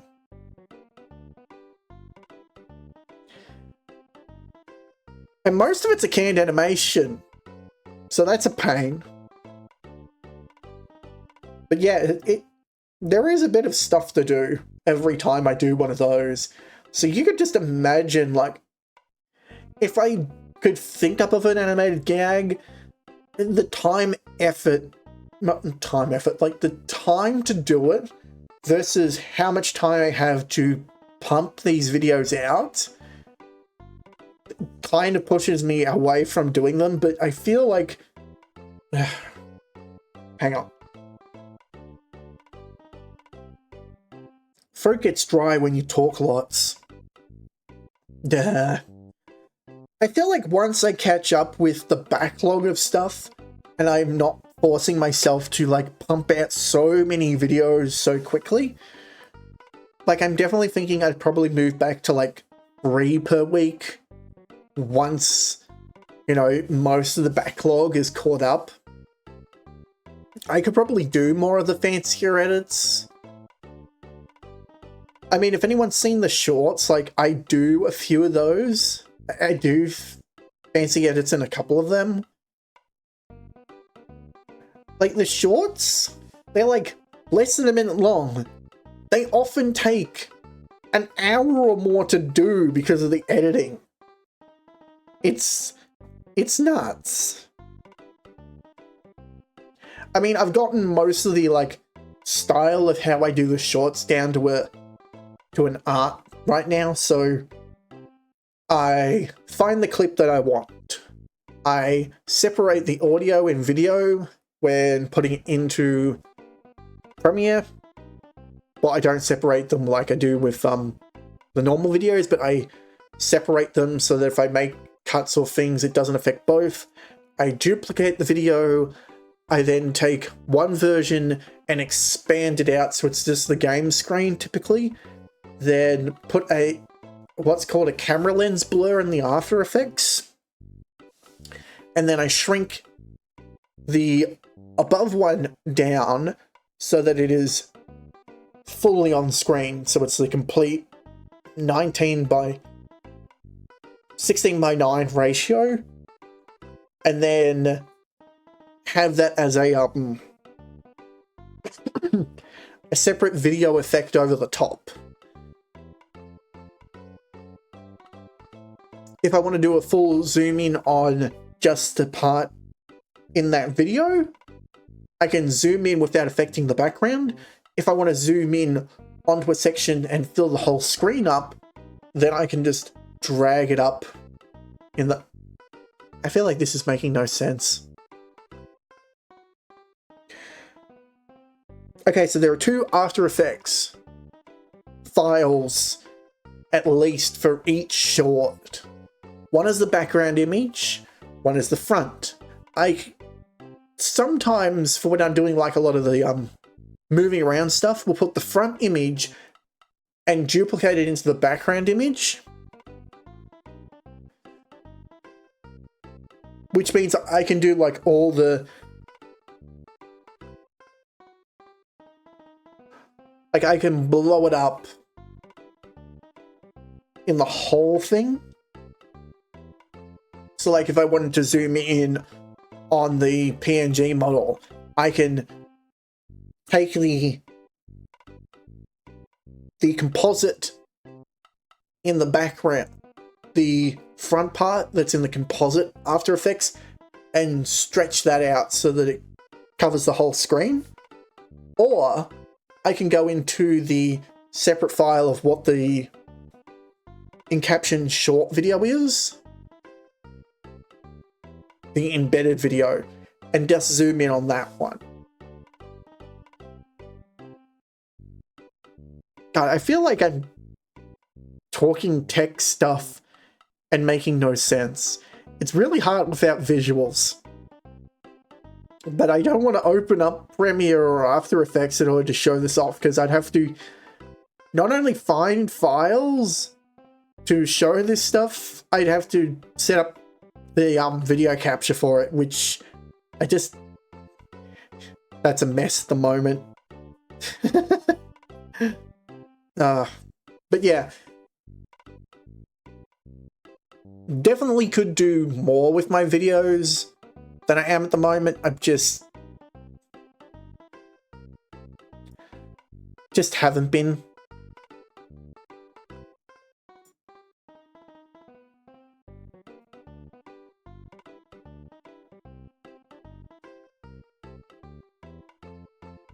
I think the other thing is, like, as I said earlier, I don't know what else I want to do other than just games.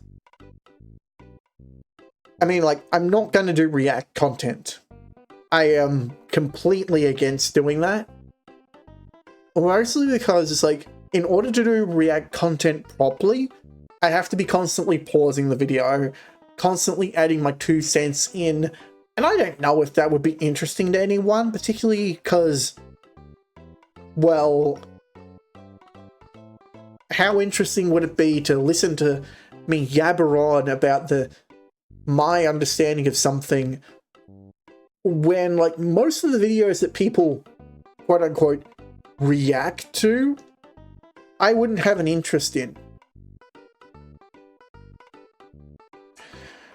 Like, it's like a lot of the big ones you see are like meme compilations or those sorts of videos, which I could not stand watching just straight. And it's like, that's the sort of crap that I put on in the background to like fill the void. And even then, I could not stand that. It's like the other ones are like those big explanation videos or like... God, I need to have a lozenge or something. Like ones I see a lot, like a lot of people like to watch Maxor videos on stream, which, to be honest, I've never seen a Maxor video before. At least not a genuine one, like maybe a react to, but I don't know, I don't feel like my style of stream and how I do stuff would fit to react content, so I know I don't want to do that. But then it's like, what do you do? Do. God damn it. So it's like, I could do something like read along? Read along. God, that sounds so stupid. I know what I mean. Like, there is the idea of reading streams, but they're a whole can of worms because IP is IP, and reading a book, even with the book not on screen or anything, because I've looked on the internet about stuff and IP and what's allowed, what isn't allowed. Like, just reading a book is technically not allowed because the book is private property, so like you need permission to do that stuff, and oh boy, making reading a book transformative is not easy. So yeah, that is definitely something that is not on the cards as a possibility, but I want to do something creative. I've had ideas, but nothing that's really stuck as something plausible that would be interesting. Because let's be fair, me just sitting here talking isn't really that engaging of an idea, because I just go round in circles or talk about hypotheticals or lose my train of thought, as I've done a couple of times during the stream, because mouth moves faster than head, or mouth moves faster than brain, I guess it is. So I don't know. Plus, I very much ad-lib.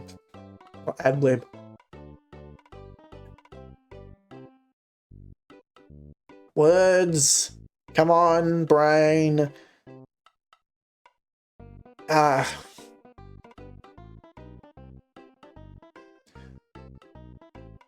Do streams without much of a plan. Like, I have a vague idea of what I'm going to do, but I don't plan things out very well. I mostly wing it. And for like doing video games, like particularly speedruns or randomizers, that works perfectly fine, because part of the go into them is either you don't know what's coming, or you do, like you know what the speedrun route is. You just don't know whether you have are necessarily going to be able to pull off all the tricks and everything. And Let's Play is kind of fall in that similar thing. It's like, if it's first playthrough, you're not going to look up like, oh, what is the game going to have? Because that spoils the whole part of a Let's Play, of a blind playthrough. If you know every twist and turn that's coming, no one's going to care about these fake reactions that you have. So that's definitely a problem. But it's like, you know, you go live,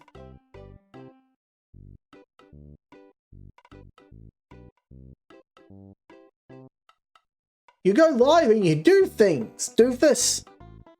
Oh my god. So it's like you go live and you have like things that you plan to talk about sometimes. Some people plan that out more. I don't, and I realistically probably should. It's not that I don't think about what to say. God, if I had like a fly on the wall mic for what happens around me sometimes, like I will pace around and mutter out whole conversations about, God, my nose. Not my nose. It's just playing. Hang on. I'm gonna run the ad early and deal with my nose again. I'll be back. And I'll probably have my thoughts in check.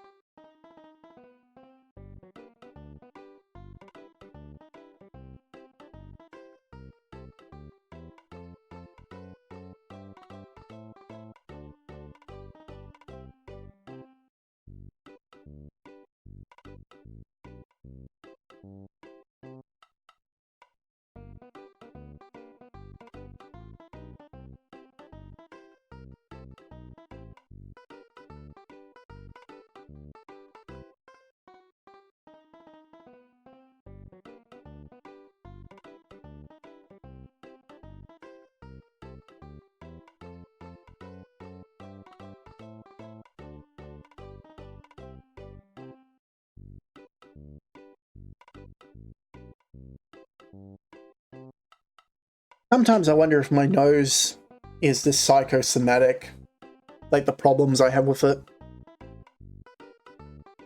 Like there's nothing actually there, there's nothing wrong with it. It's just my brain is tricking me into thinking there is. God, it's a pain. But yeah. Honestly, it's like I wouldn't mind doing art content again if it wasn't for the fact that I go brain dead between doing everything. And I'm not sure if people are actually interested in seeing me do that, since it is quite a ways out there from the rest of the content that I do, or at least the way I portray myself. I guess what I'm saying is like, the market audience that my content seems to be direct to by the metrics that I've looked at doesn't necessarily mean that like anyone would be interested in my art stuff. That's not to say that nobody is interested, but rather I feel like it's not the type of content that anyone would be particularly like, oh yes, I've got to watch this, you know? I do think like one of the things I could do, which is something that I've kind of pondered on, is deep diving into video game design. Because I've mentioned it before, I have a background in it, I've studied it. I literally have a stack of books. A full-on stack of books. A pile of books that's just about video game design and like character writing and all that sort of stuff, because I am very big into video game design and how games are made and all that. So I do have like some knowledge on the topic, and I wouldn't mind doing stuff in relation to that. I mean, we did do that one. Oh god. I remembered how off the rails that was.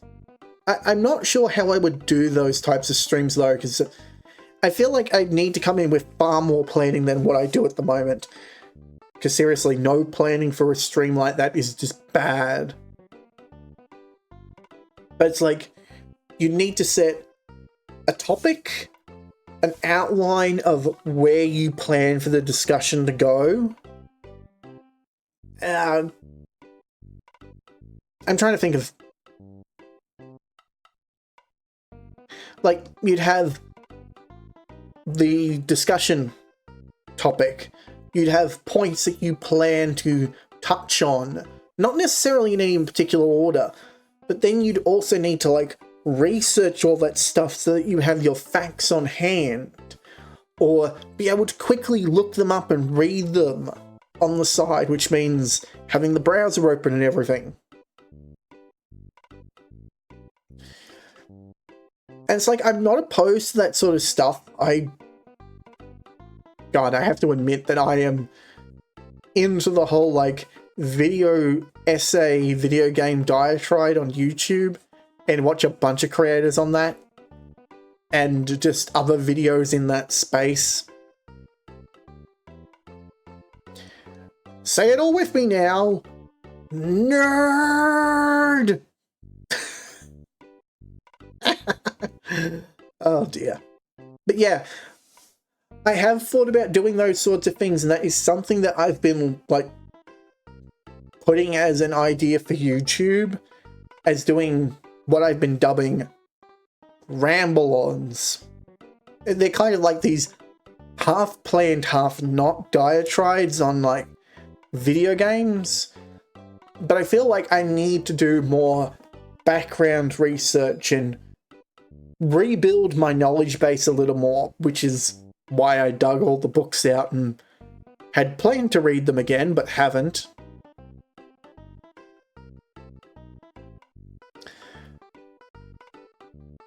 I feel like I'm, like, half in the academic space and half out with this whole idea.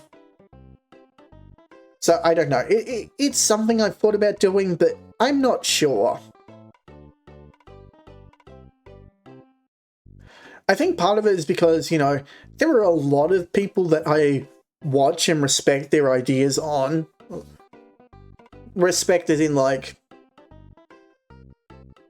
you know, I hold them as notable. Whether I agree with everything or not is another question, because I am not going to say that I am immune to, like, the echo chamber and everything, but I'm more aware of it than I guess some people, so I tend to catch myself, or try to at least. I don't know. Basically, it's like, I'm worried that because I don't have, like, any built-up background and I don't plan to do it as, like, professionally as I'll seem... I don't know. No, I do know. You're just a coward who won't say it. Say it, dumbass. Say it. Say that you're worried that you're going to seem like a hack because you aren't doing the same level of research and dedication that other people are doing in the same space. Ugh. God. I guess that's, like, always a worry that you're going to come off as a hack, but I feel like there is a space for someone who just goes in, like, this is a thought process of, like, looking at it in the idea of X from this perspective, and how can you walk away from it with that perspective? Dingus didn't get the wording right and turned it into frickin' word salad.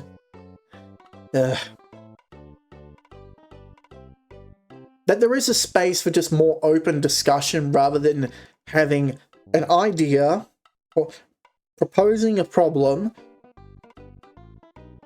dissecting it, and then coming with a conclusion, as to rather proposing a hypothesis, creating a discussion, and then posing a new hypothesis at the end rather than a true resolution. But I definitely haven't managed to do that and kind of end up talking in circles when I do it on my own. So I'm not sure. It is one idea though. The problem is I have another idea and I am not so certain on this other idea of doing it.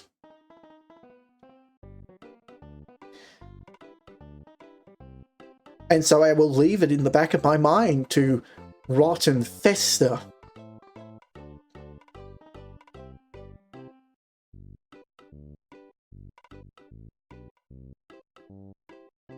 Forever. Okay, so it's slightly weird tangent there. But yeah, I definitely feel that I need to expand my content and my delivery of content and just expand to just being more game do stuff. React. Ha ha ha. Continue to play game. You know? Like, it's particularly because, like, my reactions are kind of deadpan. They really are. You know, it's like I'm not overly, like, jumpy or expressive. Part of this because PNG, and I gotta, like, change the face, so there's, like, a lot of delay in, like, facial reaction.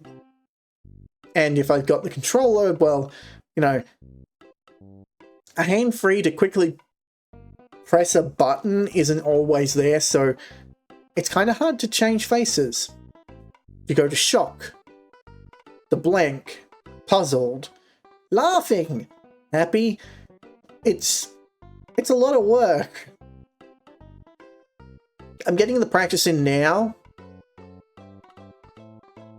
because it's going to have to become like very quick reactions, particularly when we move to like the Live 2D model, because, oh my god, how many do I have? 1, 2, 3, 4, 5.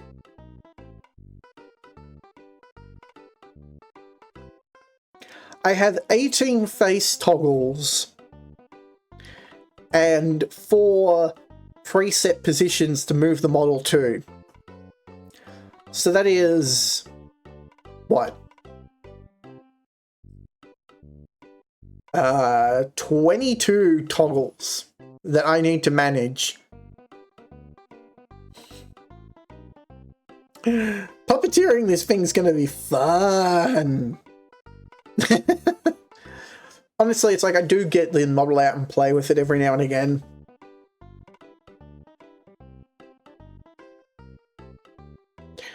Mess around with it. God. I realize the terrible things I say and the lack of context very quickly. I am very aware of what I say. Maybe a little too aware. But yeah, like, my reactions are still pretty limited, and so even though I've now become self-aware that even though nobody can see my hands, I am doing hand movements again. Damn it.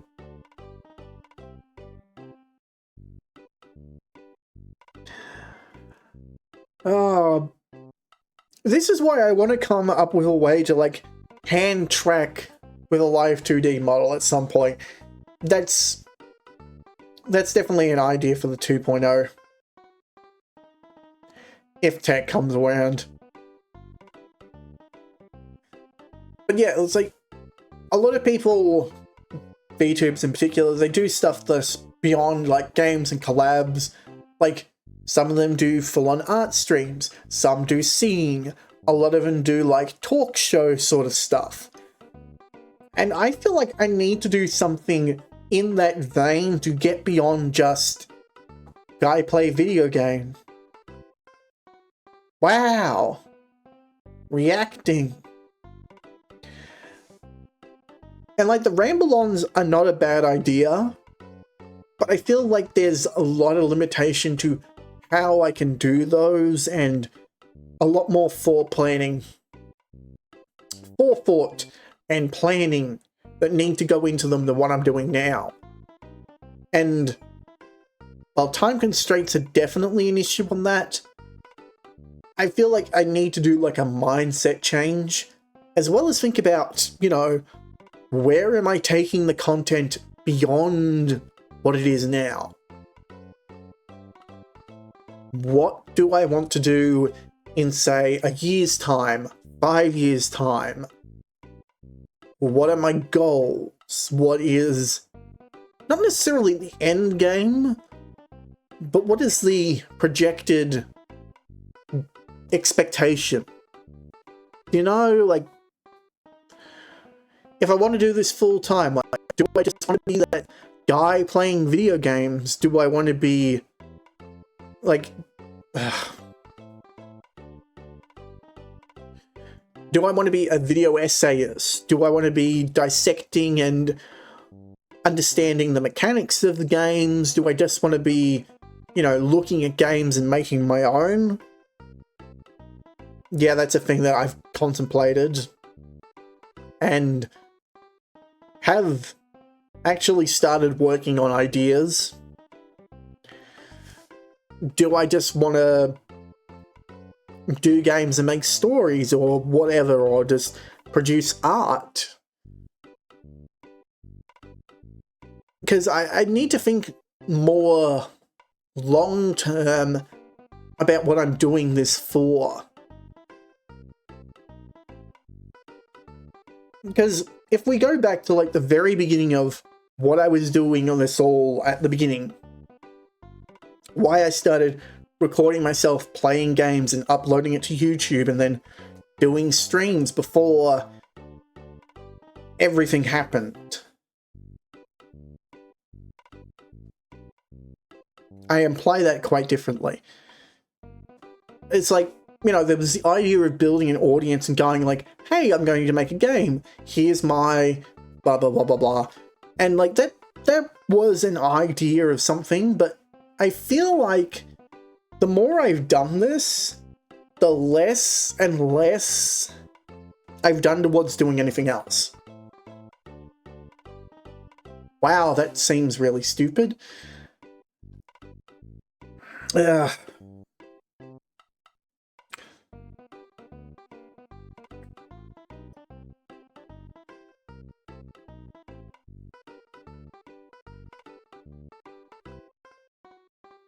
I don't know. Oh dear. Like, I love games. The art of games, design, build, play, psychology behind it, the mechanical and statistical aspects of it. And I always have. I've grown up around video games for as far back as I can remember. And I've studied them. I actually went to uni because, well, not because of games, but like with the idea of going into game design and development, building my own games, and that's why I learnt programming and everything. And I don't know where to go from here in regards to that now, because, well, shock horror, programming is hard. Game design is hard. And there are not a lot of ins into the industry in any way, shape, or form. And beyond that, I don't really care much for being a programmer because... Excuse me. Because it's like, outside of that, it's like you're just a data entry jockey or such. Like you're either a specialist or you're an expert in everything, and I don't know, I've got no room in the field.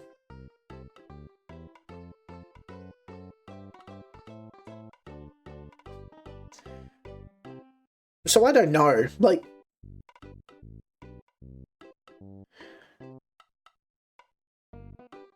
I don't know, I feel like I've fallen into the category of those who don't do teach, but hell if I'm going to become a teacher. Hell no. But there are other ways. And I feel like I've kind of fallen into the, I've fallen into an interesting path that is kind of sitting before me of wanting to do this full time and kind of taking my passion for game design and mechanics and all of that and turning it into something more than just playing game. But at the same time, it's like I haven't established that side in any way, shape, or form, and I'm not sure whether that's going to be like a avenue that I can go down now, or whether it's a good idea to like put all my eggs in that basket per se. It probably isn't. Yeah, it definitely isn't. So then there's that other option that I mentioned earlier that I said I wouldn't delve into, but well, I guess I probably should now that I think about it.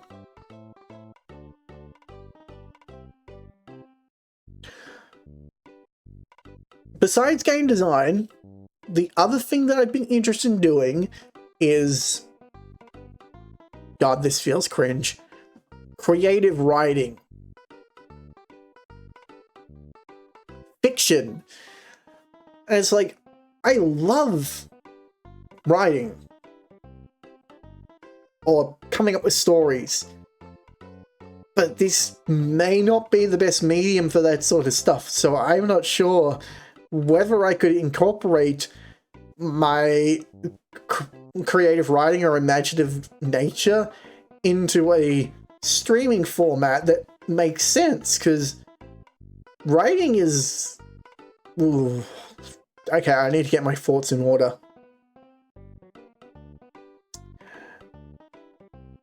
Oh boy.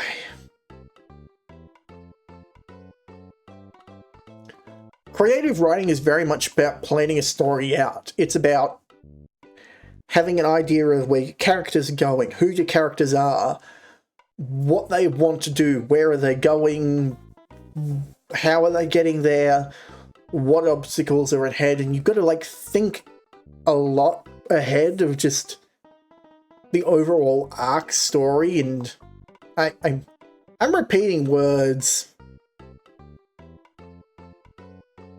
The basic point, planning a story out without like ad-libbing everything and being spontaneous on-the-spot decision with where it goes requires a lot of forethought and planning sometimes, but also like actually jotting it down and doing the work.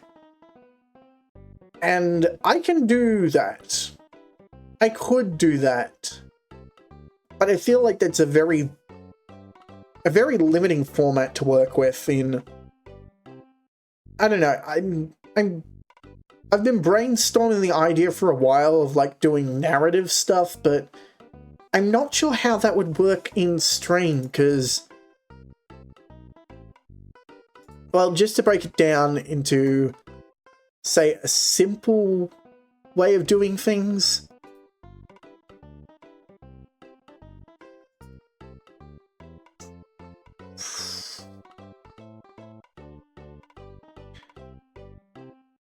It kind of relies on me doing a lot of things, like putting on more of a voice, and that's something that I've avoided doing. So I'm sure a lot of people may have noticed that, you know, I have a very monotone sort of voice. I don't have a lot of range or inflection in how I speak, and that's just my normal speaking voice. God. I'm gonna need to get more water soon. So like I don't give like a lot of punctuation or emphasis on things, but it's not that I can't do it, it's just, you know, I'm lazy. But you know I can.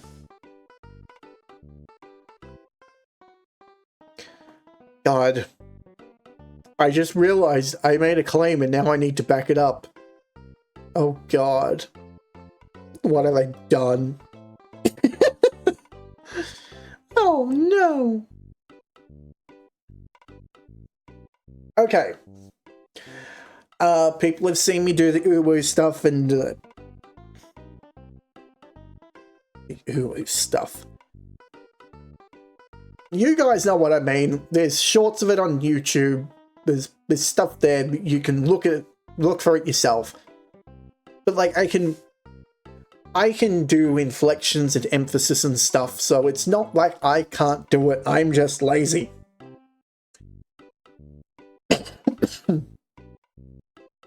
God, I haven't talked like this, just long form for so long. I think my throat is just constantly drying out, though I don't think it helps that my sinuses are a little on the fritz again. Let's see.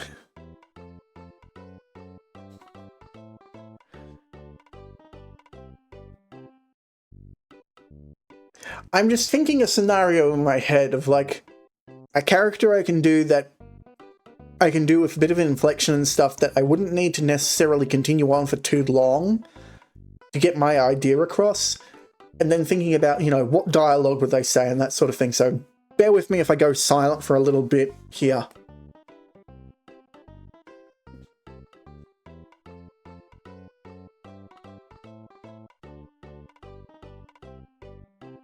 God, I'm freaking cringe.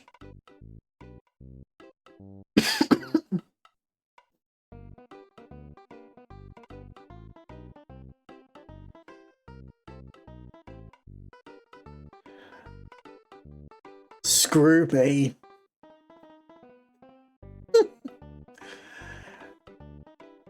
God, I hate myself for this. Or I'm going to hate myself for this.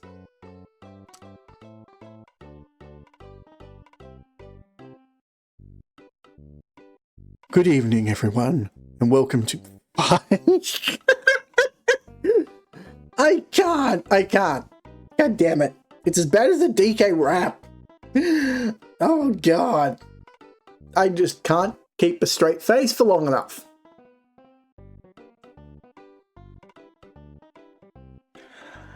I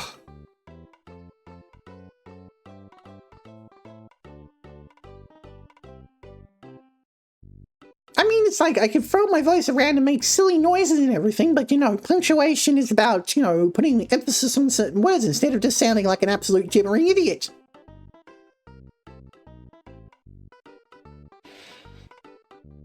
And it's like, you know, you need... Damn nose. You need a little bit of forethought into doing anything like this. So it's like, you know, just throwing a voice on, putting a voice on and going like, good evening, everyone, and welcome to the late night hour. I am here, your host, Jimmy Allsocks. I don't know what the f I'm doing. Because, you know,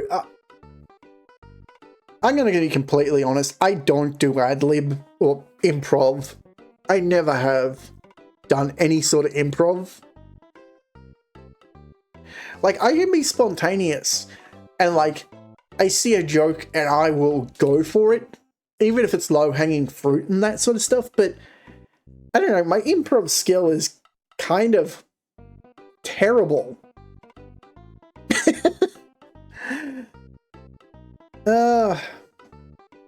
It needs work, and I need water. Like, really. I can feel my throat turning into, like, the beginning of the desert. I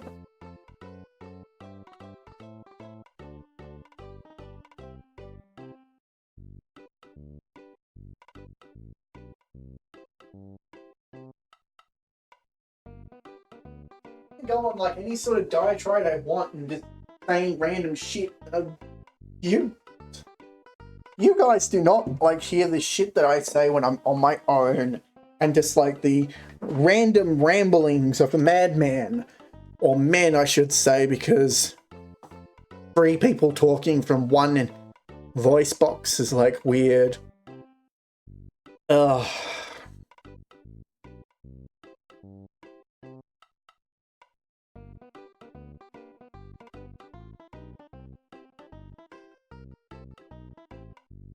That's better. God, I haven't like been yakking this much in forever. At least, no, maybe not. I'm not sure. I do yak a bit, but I guess this has been pretty prolonged because I've been talking. Jesus. I looked at the time. We've been going for 2.5 hours and I've just been yakking away.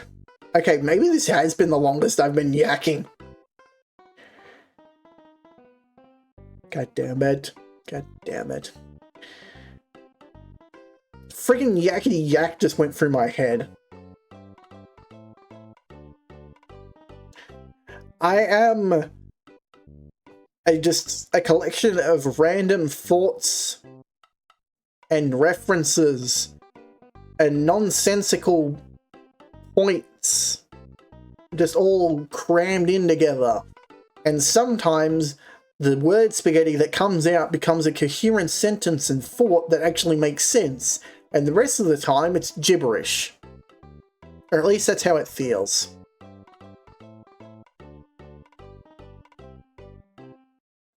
Yeah, I keep saying that. Is that up to date? Yes, it is.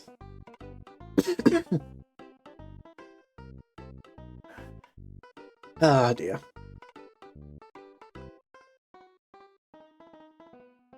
I don't know, I usually steer away from, like, doing voices, not because I can't, but because, and this is going to seem weird, but I tend to forget how I pulled the voice off the first time, and I don't have, like, that vocal consistency.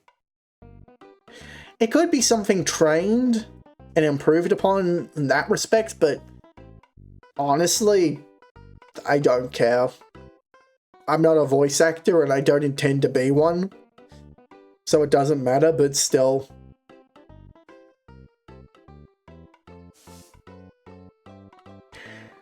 Like, I know people have, like, the Final Fantasy IX playthrough, I bothered to do, like, the guac sound as an actual sound rather than just reading it verbatim.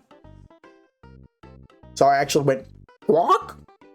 The whole time while reading Cid's dialogue, and it's like, I can do stupid stuff like that. My god, I do that stuff in real life. My god, I'm cringe. So, like, I will do stupid things like go yellow on the phone. I will literally answer the phone going yellow instead of hello because I'm an annoying shit like that. I will make random noises like meowing at people. I don't do it in public. Mostly because I don't go out in public. I hate public. But it's like, yeah, I make silly noises all the time. You guys don't hear it because I typically don't do it on stream for some reason. Why do I not do it on stream? I have no idea. That is kind of baffling now that I think about it. Why don't I make all my stupid noises on stream? I do them in real life in front of people who actually know who I am and can find me and reprimand me for it, but you guys don't. Why am I...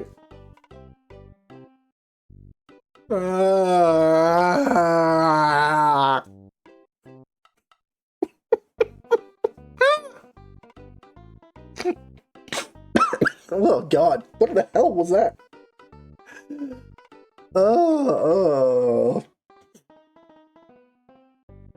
Yeah. What?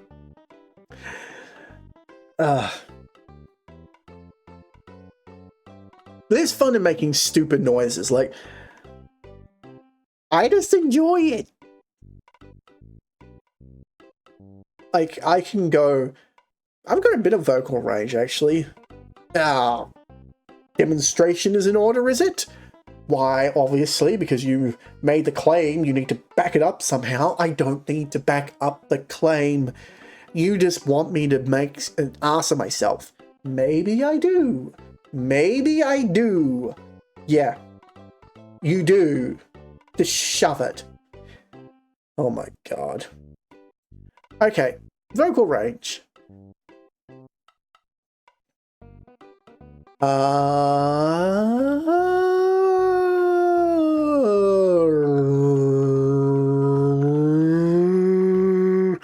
Why the hell did I put my tongue up for that? So yeah, I've got a bit of vocal range, and I can make a number of stupid noises. The mic won't pick all of them up. Like, I know I can do the, it's not it's talking while inhaling. I can do that, but the mic won't pick it up at all. I've tried my best to get the mic's range when I messed with it last time to see if I could get like some of the more stupid stuff that I can do, but it will not pick it up. Like, I'm going to say something and I don't know what.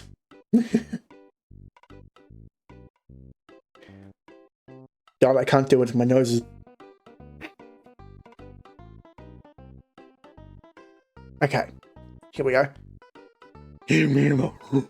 Nah. That was wrong.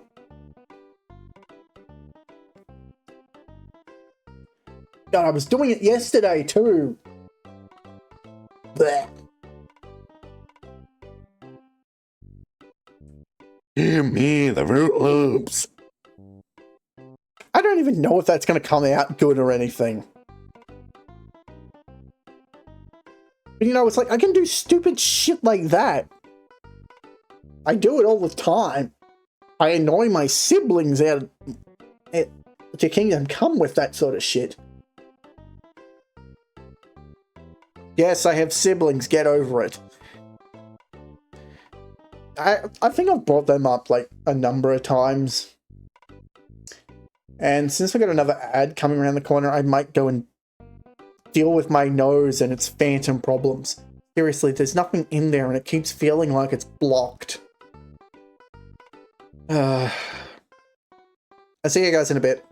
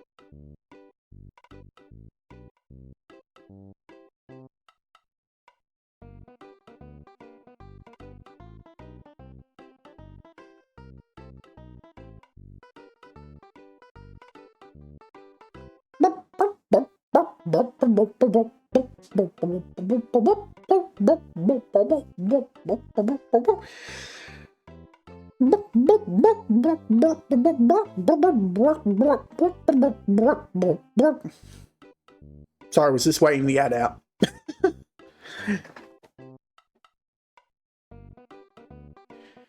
yeah.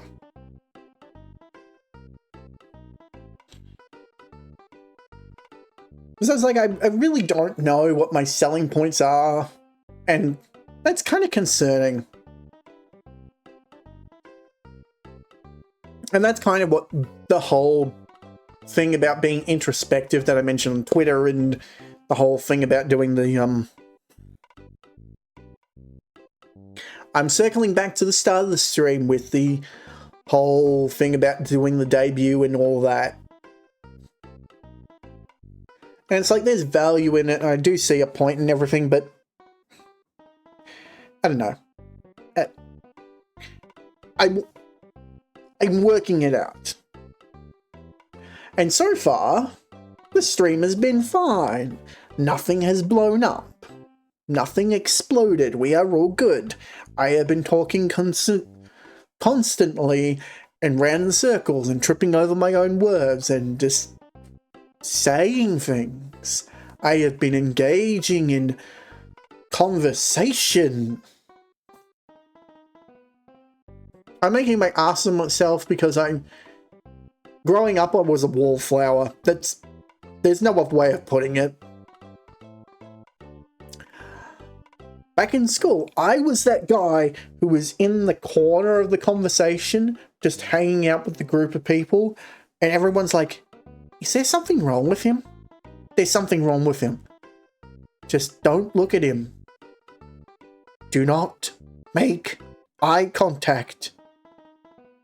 If you acknowledge that he exists, he will never leave us alone.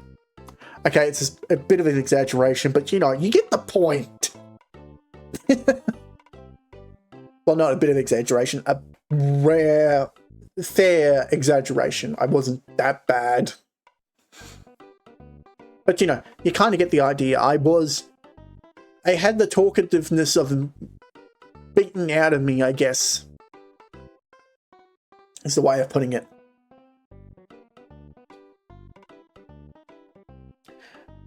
But yeah, you know, getting the chance to just talk and not shut up again and let my thoughts just flow.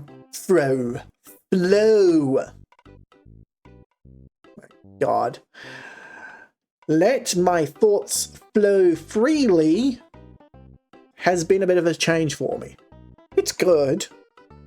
And I definitely could be, like, interesting at times, but I don't know. I feel like there's work to be done. There's definitely work to be done. You know, you can do better than this, you dumbass.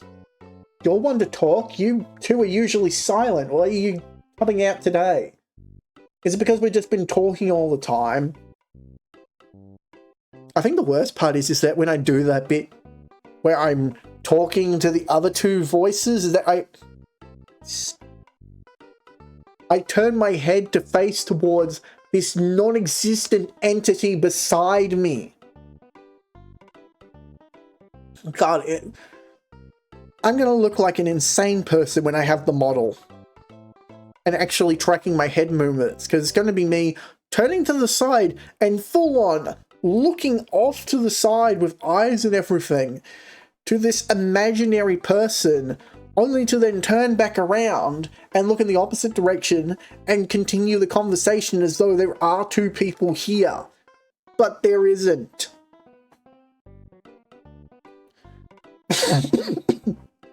I think the worst part is that those two are getting out more.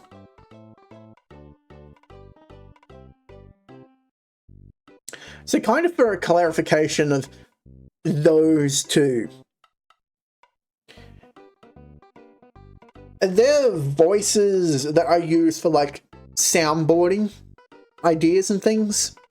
They're not mental whatchamacallits.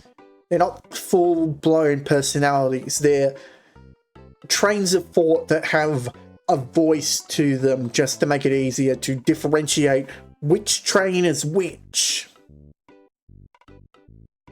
Yes, there are multiple trains, and now we have train conductors, and I've just made this analogy all the more bizarre. Choo-choo, motherfuckers.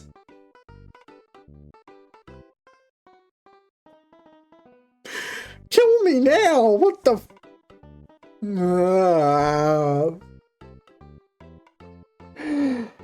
don't want to be alive. Oh, God, that was terrible. I'm cringing at myself and the current person. Ah.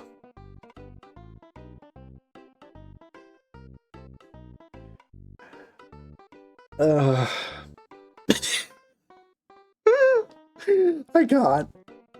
I can't be serious. I mean, I could be serious. Seriously, I'm serious. Fucking hell.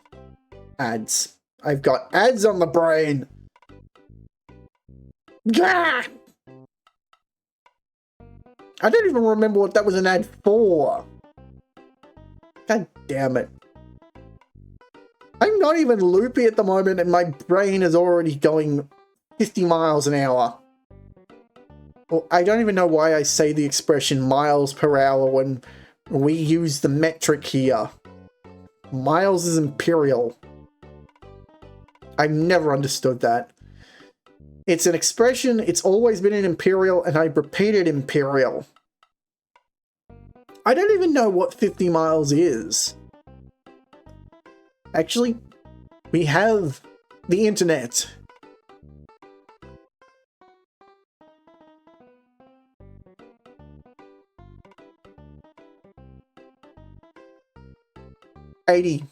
It's 80 kilometers.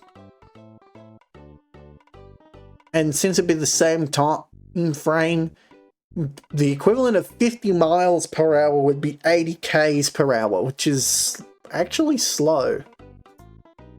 That is actually genuinely slow. The hell?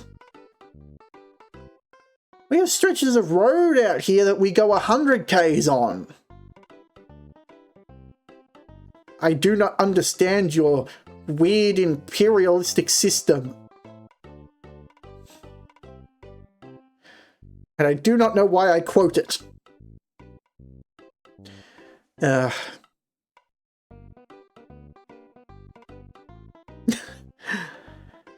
I'm pulling at strings and seeing what happens at the moment, because it's like I grab on a random fork, pull, and then it's like the whole corkboard comes apart. It's like, what is wrong with me? Everything. Moving on. Yeah. Yeah. Yeah. I'm going loopy. I am actually going loopy. What the hell? I'm just sitting here talking, and I'm going mental. This is like the worst kind of endurance stream I've ever done. I'm enduring myself.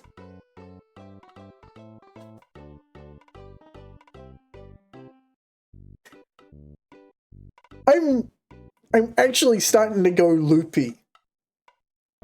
I don't even know what's going on. How am I going this off the wall already? We've barely been going 3 hours and I'm already starting to go crazy. Genuinely crazy. Okay, not that crazy. You two can keep quiet. No. Lay off. Both of you can just lay off for a second. I've turned around completely and I'm talking to the imaginary people behind me. And I'm having to explain that because nobody can see that because... Shut up! No! I swear they're nagging at me to get a word in, but, you know, it's confusing enough me talking to them without acknowledging their voices at the moment, but, like, imagine how mental it's going to get if I start talking with them talking with my voice. Like, it's hard enough to understand what's going on half the time with what I'm talking about without 2 other people using the same voice. Like, I'm able to pass who's who because I'm in control of the whole show. I'm the madman in the driving seat, but nobody else is going to understand it when you've got 3 people talking and there is no indicator as to who's currently on the mic. I think the worst part is that I tried to think of a way to actually do that. I'm not joking, actually. I have tried several times to think of a way to rig a model so that I can do the freeway conversation, but it never works out because you've got to think about how many different buttons you've got to set up, because I have enough trouble with managing all the expressions for one model. Imagine if I have to manage expressions for a model with 3 faces. Like, is that one model? Is it 3 separate models? Is it some hybrid of the two? Like, I know... Okay. So, theoretically, you could make a base with the whole thing together and then run 3 separate copies of the program that I'm using to do the face reacts and everything. And then you could set up all the hotkeys for it so that each face could be managed with a separate set of hotkeys. But it's just... how many hotkeys would I need? Wait, what am I saying? I just said a few moments ago that I have like 22 hotkeys for my Live 2D model. Do I really think that I wouldn't?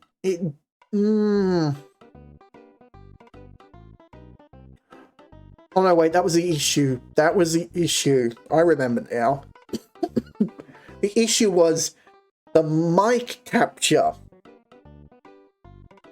Because if all of them have their different facial expressions, but they're all tied to the one mic, because all the voices are coming out of my freaking mouth, it means that they'd actually all have to be tied to the one model. I can't have it as a hybrid. Because I want only one head moving at a time. So I'd have to create specifically talking and non-talking expressions, and that is stupidly complicated and unnecessary. Like, really unnecessary. Because that, like, doubles the amount of hotkeys for each expression just there. No, we are not doing that nonsense. I can already see how bad it is. But yeah, it's a thought that I've had, and God, trying to manage something like that would be a nightmare.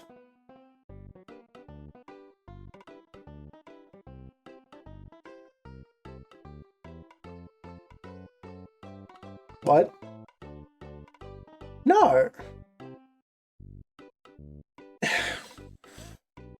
No, it wouldn't work like that, because if you do like different visual effects for each face, as we've tested before, you know that if we do like different colored screens, it doesn't work because the blue just works fine. If you change it to like red or green and that. I know, I know, Rune. Actually, how many faces do I... This one has 9. So you got... what? No, actually, scratch that. There's 10. You got... da, da, da, da, da, da, da, da, da.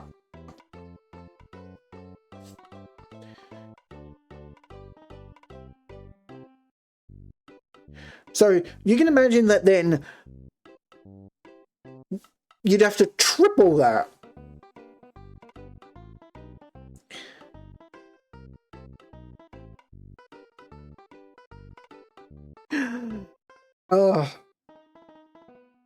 I mean, let's be fair, if I'm going to have a TV for a face, I may as well have, like, a number of odd expressions, like...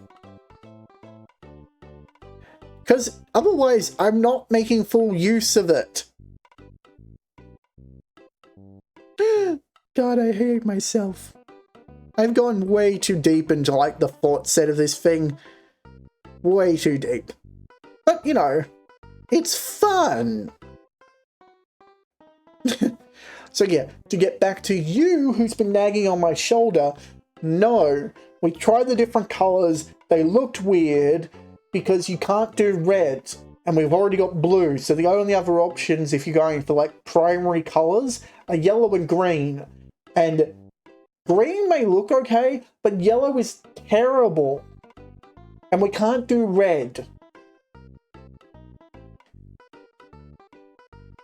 Pink? No. No, we're not going to do pink. That'd be weird.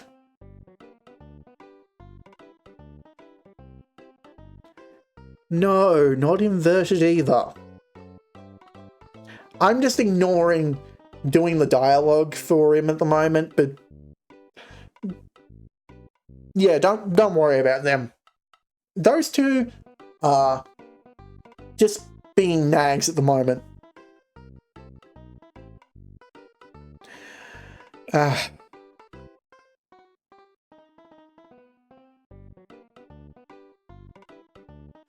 So yeah,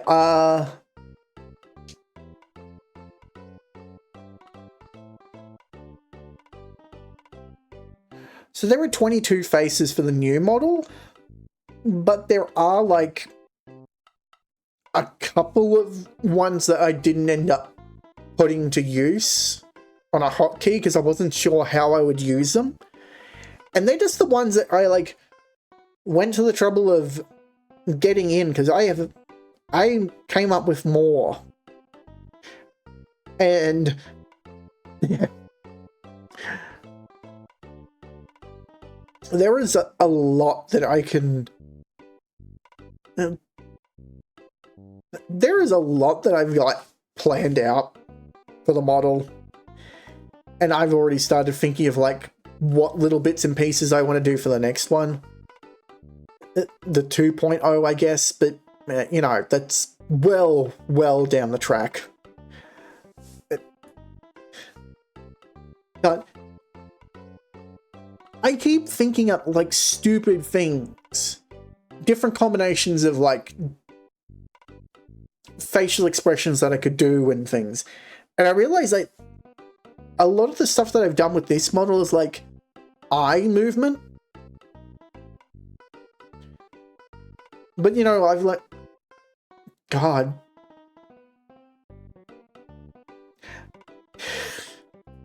I don't know where it could end. And there is like infinite potential, near infinite potential with what you could do with a model like this.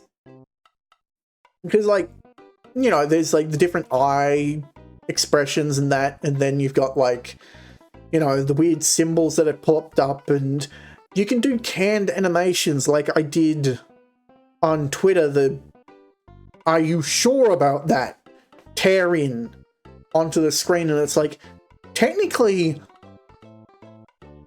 if I could get the GIF version of something, and as you see with the background, pixelate it and do a blue hue over it, you could technically just get canned animations, like memes, turn them into those blue pixelated things and run them over my face.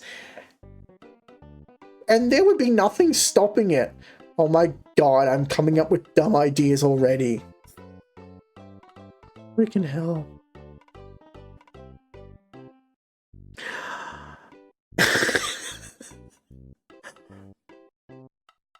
I am the antithesis of dumb ideas. My god.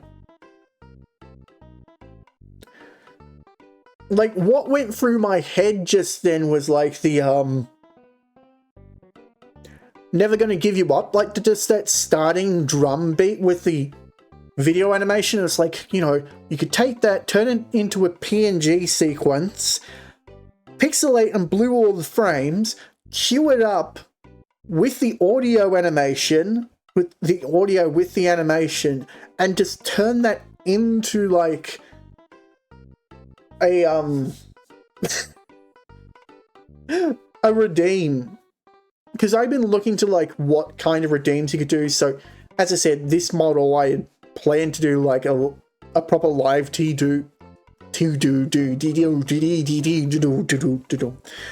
a live 2D version of. With Mix It Up and VTube Studio, if you plan that animation out properly and put it in the rigging of the model, you could actually put that animation in and the audio cue and time them up to a chat redeem with Mix It Up. To the point where I could set up a channel point redeem and just have it all work that way. That is possible.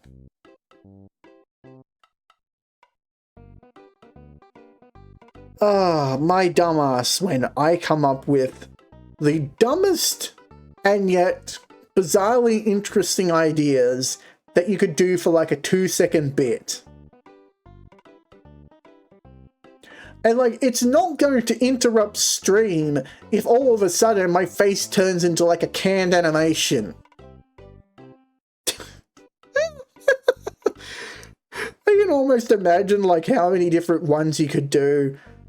Like, the Rickroll's just the one that came to mind, but like, there's probably a whole bunch of like old memes that you could do that way, and that's hilarious. That definitely ideas for later. Definitely. Oh god.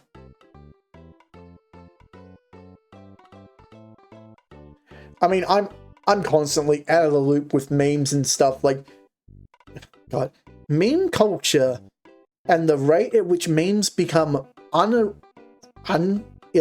irrelevant, not unrelevant. Jesus Christ. The rate at which they go through their life cycle is like so quick that you could never, ever plan to like add new ones to like a face rig model like how I was describing quick enough for them to be in relevance. I mean, part of that's the reason why I don't actually like try to stay relevant with game releases and just do things at my own pace. But it'd be funny to like take some old ass memes that are still somewhat relevant, legacy ones, and bake them in to a model. That would be interesting. God, I have some weird ideas. I did mention that I've been contemplating lore, L-O-R-E, not L-A-W, because they sound the same and mean different things. But yeah, I've been contemplating like character lore for myself and things, and I've been not necessarily writing anything, but like headcanoning sort of shit. And it's like, I've got something that would probably start a small novel worth of stuff stored away in the back of my mind that I've just left there because it's like, nobody else gives a shit but me as far as I know. But I'm the crazy person who would write a book or two. I just, you know better. Because, like, who's going to want to listen to me, like, go into, like, these deep lore things and everything? When, honestly, all anybody's here for is just to hang out and shoot the shit. Nobody wants to know, like, the deep, dark backstory of Gamma. And despite the fact that there is no deep, dark backstory, it's just more, like, me having fun with the ideas that I've laid out for myself. I mean, I've got like some... I've...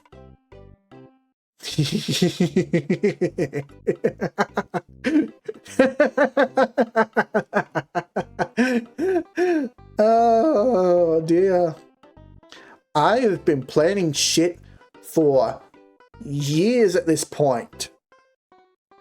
Like, you would not believe it, but I've been planning everything. Everything. Almost everything.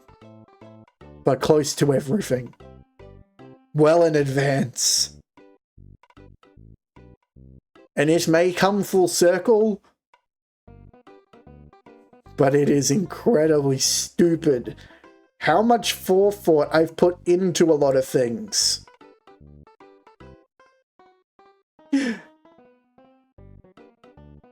Like, I will divulge the details at a later date, likely after the debut. But yeah, I have been like putting lots of forethought into design elements and where I go with things to some respect. But also like tying in miscellaneous elements in together, and it's wild. Or at least I think it is, and it might just be obvious to some people and not that interesting. I don't know. It's kind of the problem of everything being a headcanon, more or less, and nobody knows. Well, pretty much nobody knows. I'm not sure if Helly knows anything, because I haven't been telling her. But she might have seen things. Might have.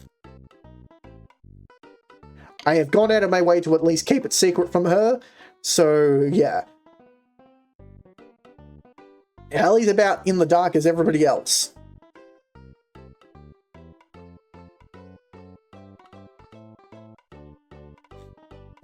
But I am crazy stupid.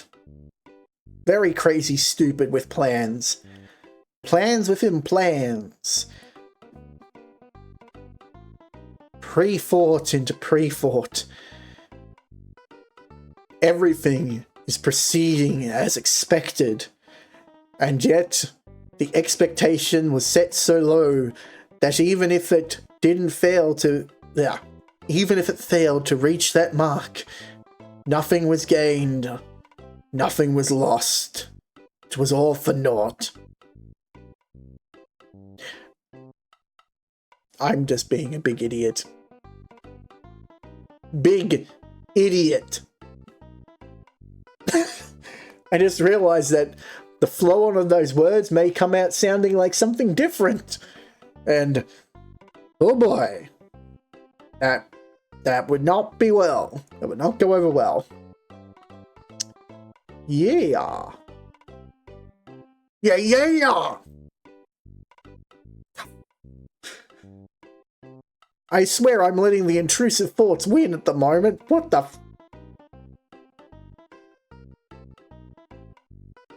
I'm a repository of random shit, and I keep saying that, but it is true. I swear, just these random-ass things sift their way up to the surface, and before I know it, they're there, ready to come out of my friggin' mouth.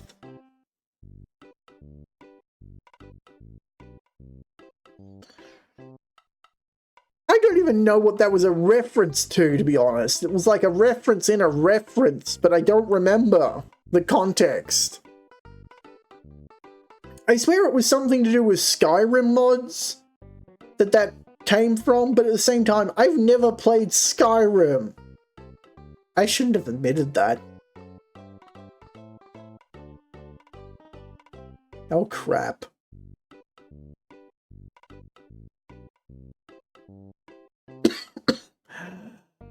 Ad break. Ad break. Ad break. I think I'm going to turn the fan on. It's starting to get stuffy.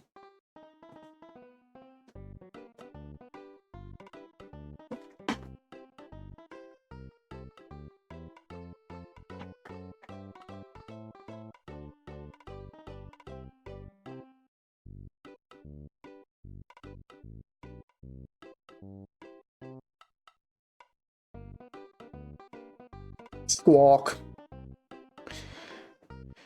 I'm surprised you guys are still here listening to me just devolve into absolute nonsense. I mean, to be fair, that's mostly what I do anyway. Devolve into nonsense and talk about weird... Well, not weird and random shit, but rather that I just talk about absolutely nothing and make it sound like it's important.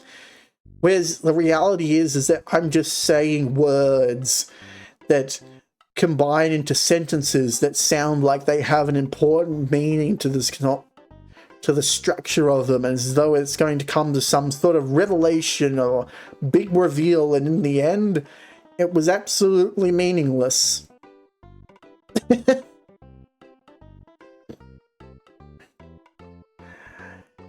I am trying my best not to be an absolute idiot all the time, but honestly, I think I just need to give up and accept that I am insane.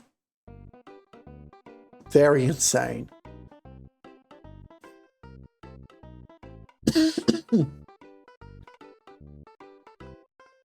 God, I've almost gone through another glass.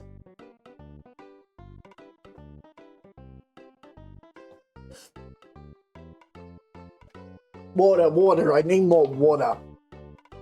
I don't usually drink this much. What the hell's wrong with me? I'm like a sponge.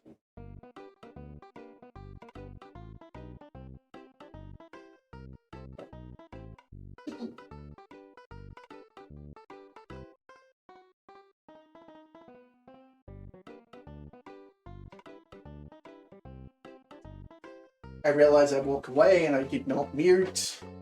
I don't care because I didn't say anything, but rather nobody wants to hear the other noises that I'm going to make.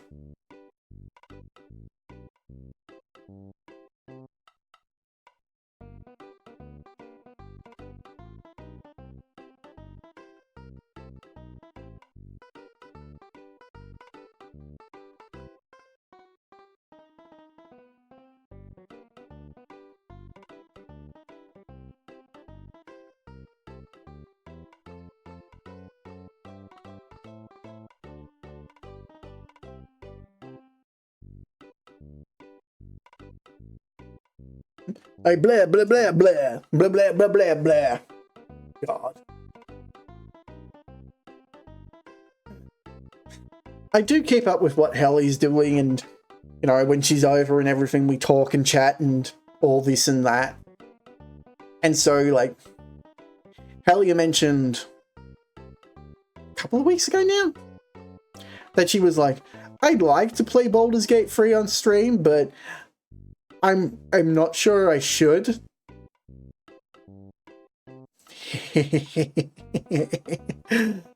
I immediately knew why.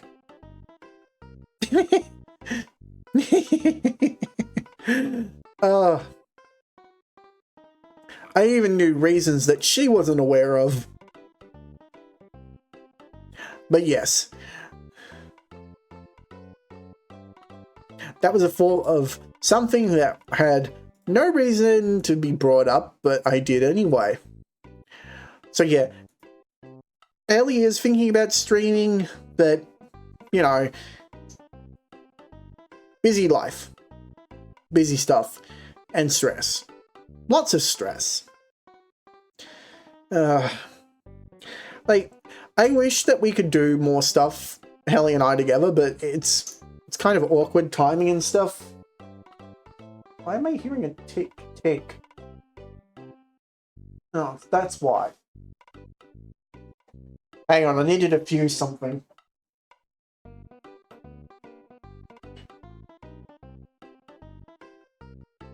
No. No, come here.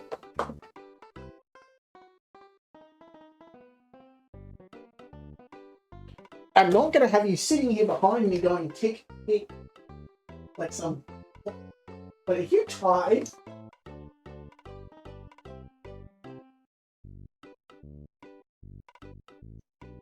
How are you connected to that? Is it just twisted?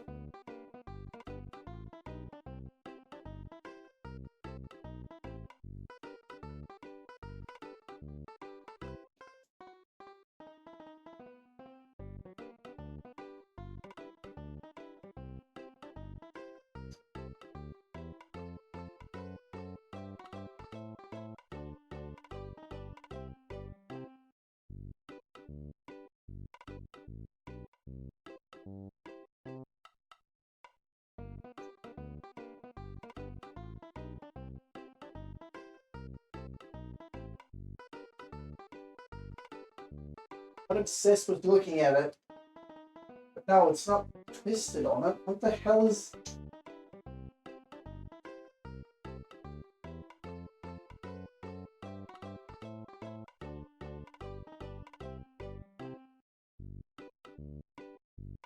No, it is twisted. No. Is it tied on it somehow? No? How the hell did they get that stuck on there? You know what? Just take the paper part off. That's what's doing the ticking anyway. I'm sorry.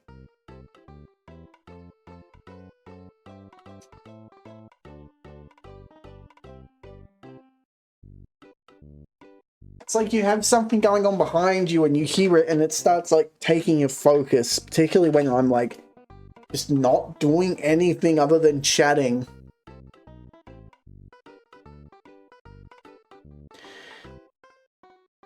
To basically explain, there was a piece, not a piece of paper, there was a tag still on my mic stand behind me, which my spare mic is attached to at the moment, and the fan was blowing it and was banging on the metal. Not banging, but like, you know, like this little tap, tap, tap noise. It's like rhythmic pattern. Distracting. Oh god, that's so stupid. Focus. Focused mind is a... Wait, what am I saying? I don't need a focused mind. Whatever.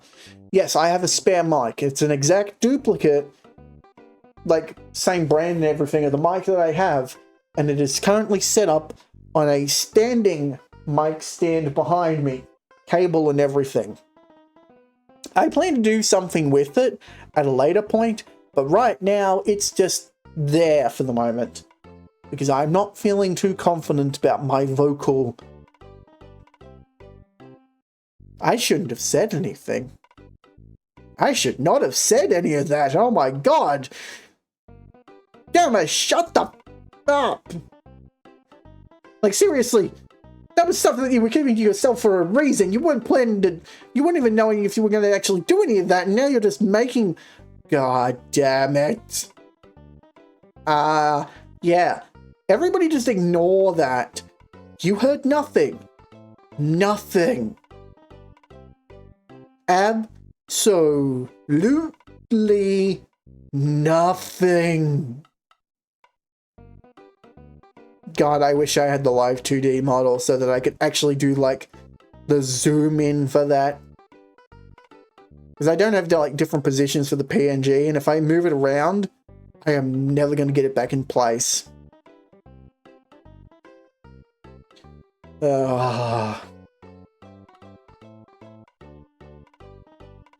Yeah, honestly, I'm at the point where I want to stand up. So, you know, I've got the swing mic. I can stand up. Nothing's stopping me from doing it. Ugh. And you know what? I'm going to sit back down again because I have no idea what I'm going to do once I'm standing. Oh, God.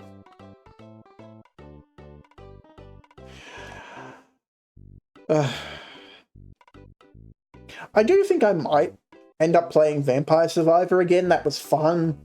But we didn't actually keep any record of that, so that's a shame.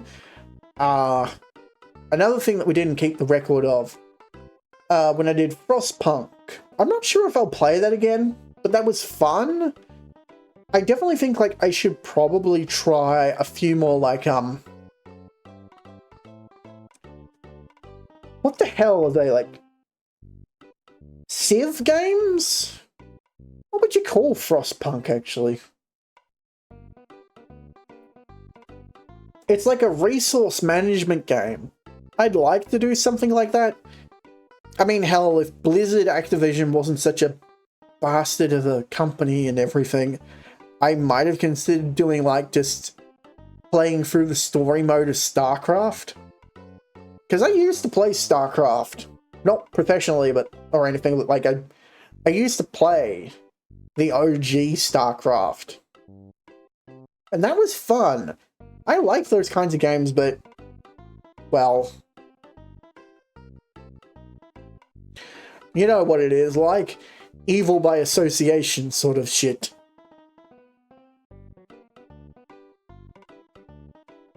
But it's like, it's those sorts of games where it's like, you don't need to like think too hard. You just... what's the word? Go with the flow.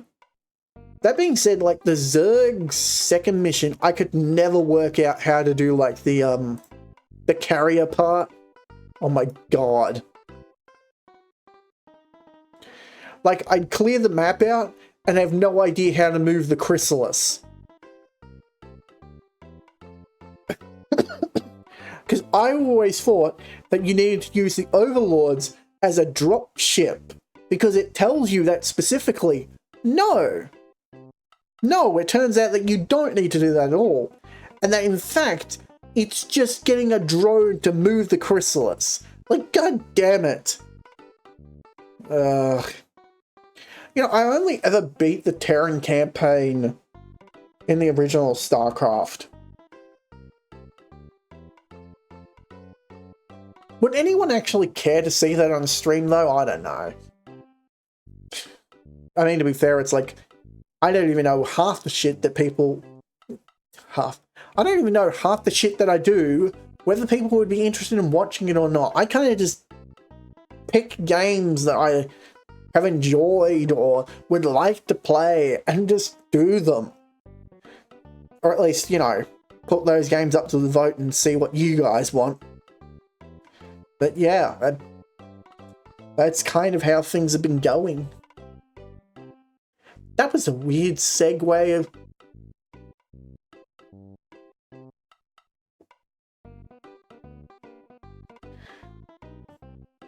I don't even think it was a segue, it was just like a weird comment to end on. It's like, where was I going with that? What was the point? I was just... I don't know.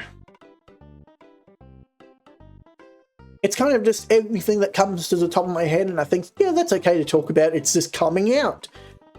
I'm just speaking about anything and everything. Almost. Almost.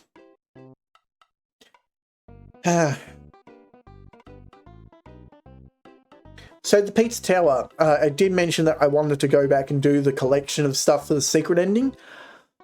Basically, there is the, there are special ingredients that you can get via doing a, you need to find the purple brick character called Jerome in each level, take him to a specific door, and once you have done that, and he unlocks the door, you can get a food item.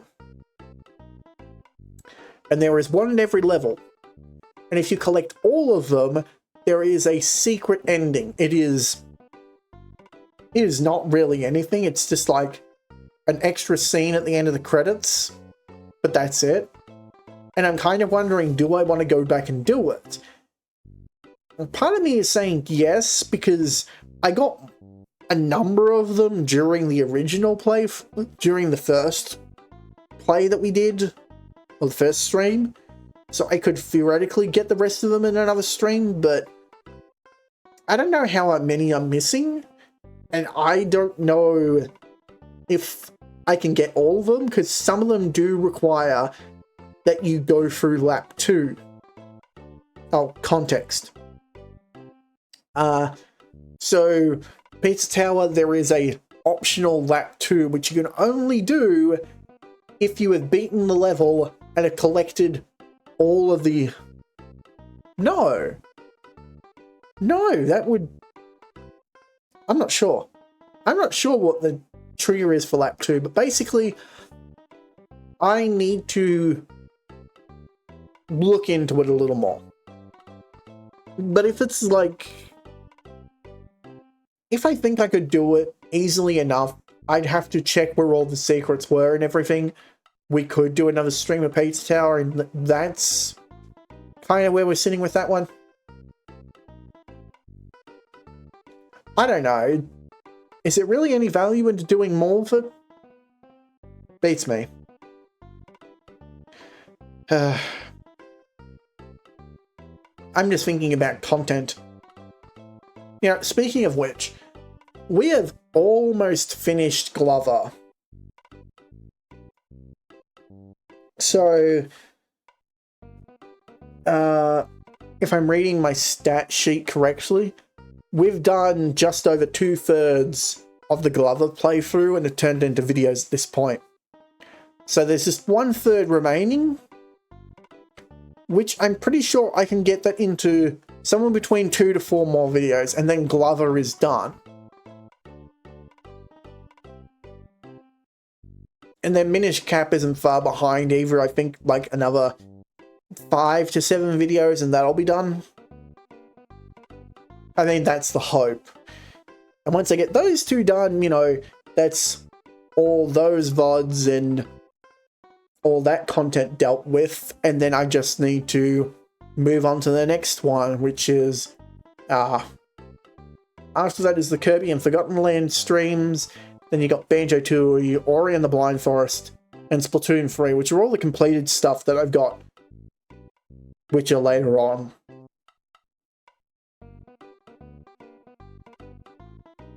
So that's like the video editing side of things.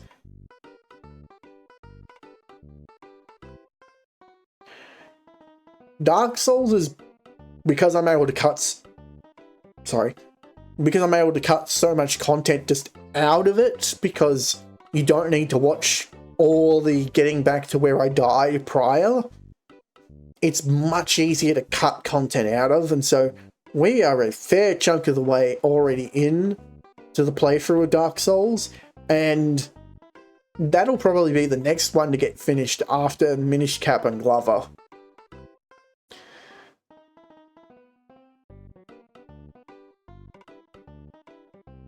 Beyond that, though, I don't know. Most of the other series kind of have a lot of things going on.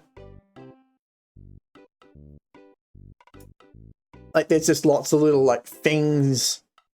So, yeah, I'm not sure. I'm kind of unsure how Persona 3 is going to go.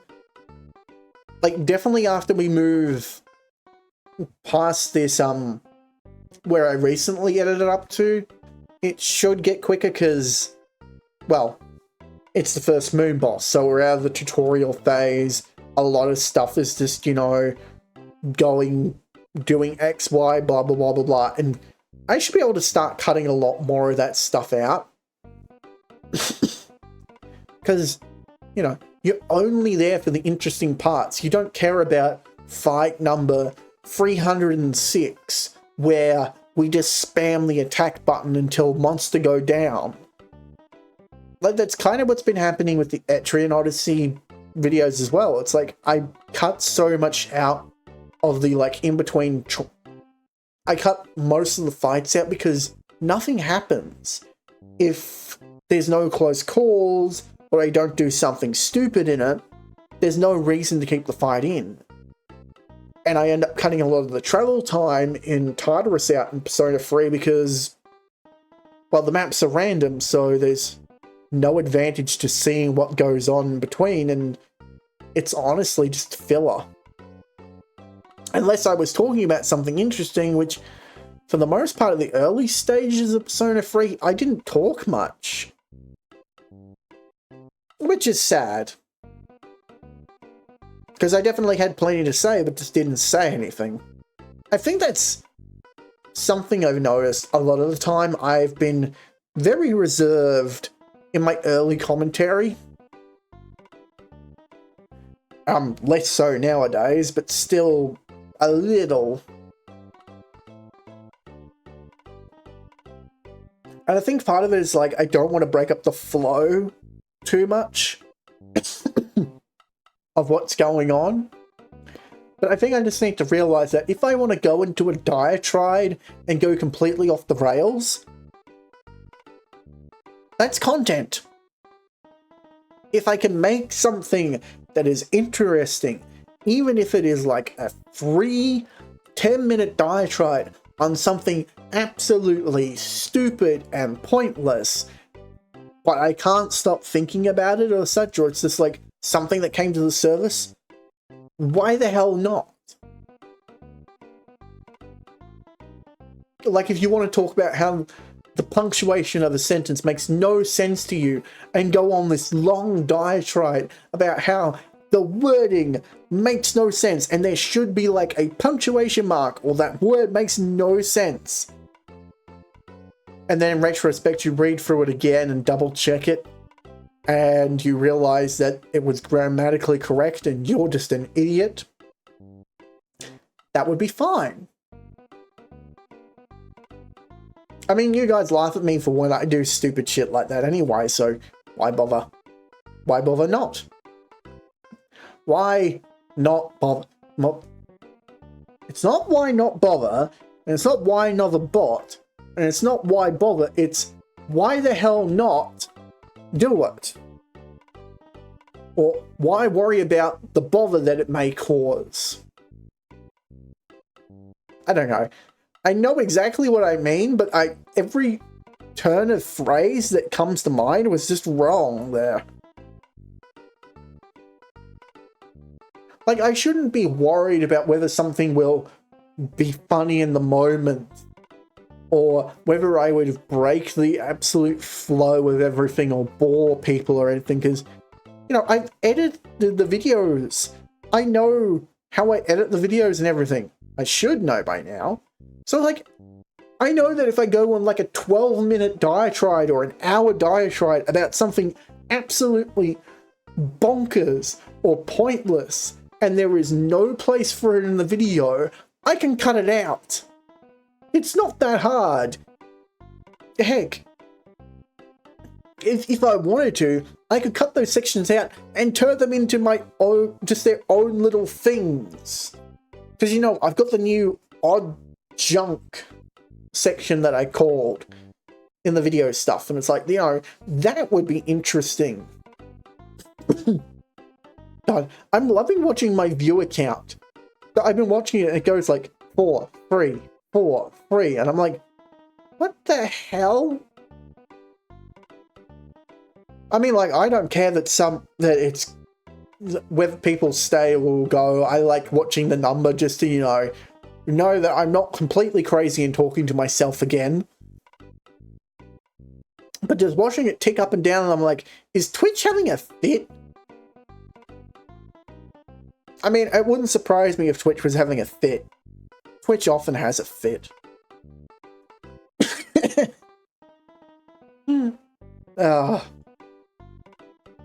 Blah. I keep pressing on that one, and I don't mean to. I would definitely put it as like a lot of people get hooked up in the idea of like watching your live view account, and it's like, you shouldn't do it. You shouldn't watch how many people are watching you. You get in a mindset of like, oh no, there are people watching me. Oh, people are leaving. I must have said something wrong. And it's like, no.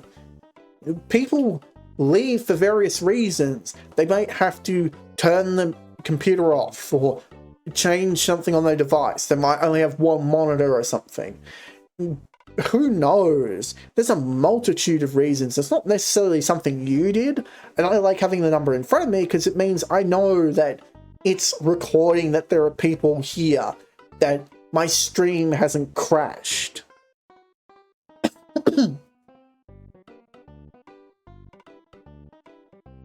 And, you know, it's like, I could, if I wanted to, check and see who's here and who's not. But, you know, like, I don't care about that, and I shouldn't care about that. I'm happy that people are here, whether they're listening to me actively or got me on the background. I know that there are plenty of people who will go and watch the streams in post, because I see the post views on the Twitter VODs. Twitch VODs, dumbass. Not Twitter. Twitter doesn't even have VODs.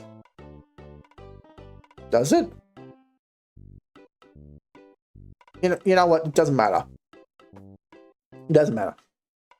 I see that people watch my stuff, and I know that because I see the numbers.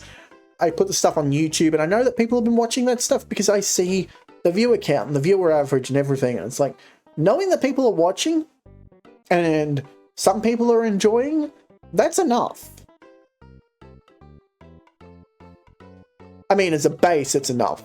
If I wanted to do this professionally, then, you know, just having a handful of people watching and some liking isn't necessarily enough because, well, if you make it your job, then you need to make money from it. And if you're making money from it, you need more than a couple of eyes on you. But, you know, you build to that position. You don't start there. And nobody owes you the views or anything. You earn them.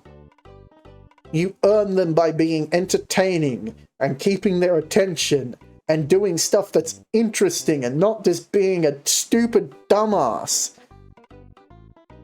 And sitting here talking non-stop about stupid shit. I don't even know where this is going. God damn, I'm gonna end up like a water balloon with the amount of water I'm drinking.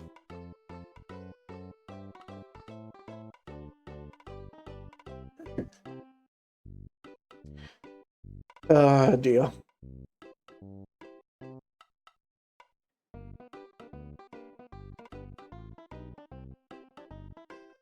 I do like looking at the statistics and everything, and it's like I do look at like my viewer averages, what my averages are on certain days, what content I've done, and how that stacks up, because it gives me an idea of like, you know, how was I doing at this period of time? How was I doing compared to that 1 year ago, 3 months ago? Has my content been improving or going down? What changes am I making in order to make it better? And that, because, you know, if you've got enough data, like audience retention and that sort of thing, then you can like work on word salad. Then you can like pin down like where things are going worse or better and that sort of stuff. And I know that my main problem now is not, you know, I'm not interesting or I can't retain people's interest for a period of time. Because I can, to a degree. But it's more an issue of like reaching people beyond my regulars, beyond my initial audience. Reaching out past that is definitely an issue for me, and you know, there's no easy way to do that.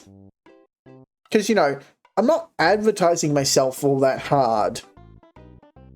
Or at least I don't think I am. It really doesn't feel like it. Am I? I mean, I do like push myself on like, what? We got the Discord, I push my different platforms here on Twitch. I post schedules on Discord, Twitter, YouTube now. I've also started doing that on Tumblr, because of course. I hate how much I have to diversify now just to make ends or reach the audience, because I feel like Twitter is... I'm going to continue to call it Twitter and I don't care. I feel like Twitter is kind of like hit or miss, particularly for smaller creators. Because you never know if you're going to be reaching other people.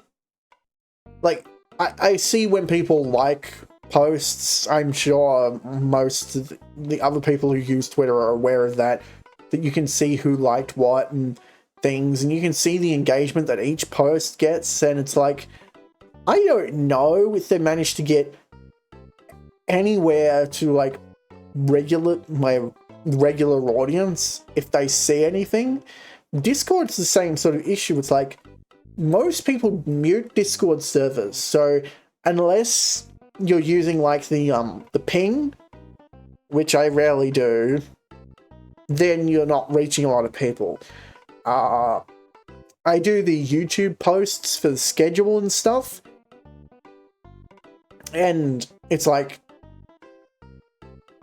I don't know how many people are seeing them or if they're being seen or not, but I'm posting them anyway with a little commentary. I've been posting them to Tumblr. I honestly need to do more stuff with the Tumblr.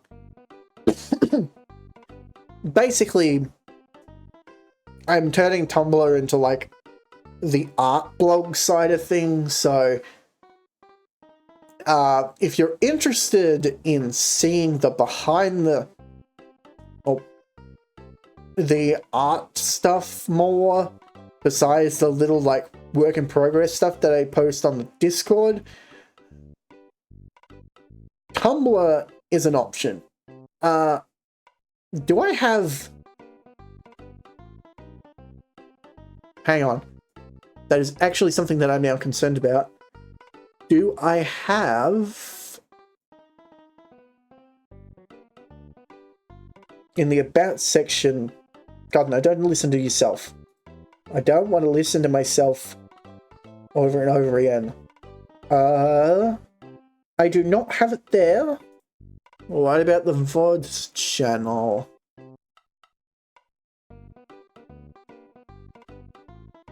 No.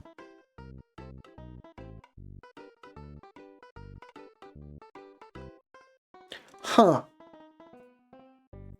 Okay, that is something I need to resolve at some point. Basically, basically I made an iCard. Hang on, I should be able to post the link in... Well...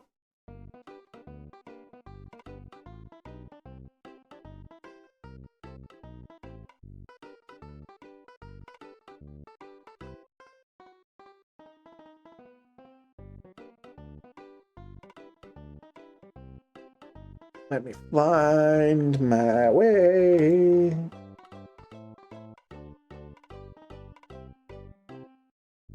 Do.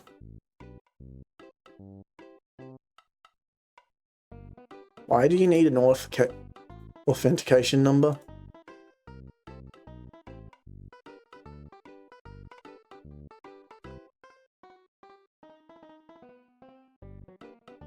Whatever.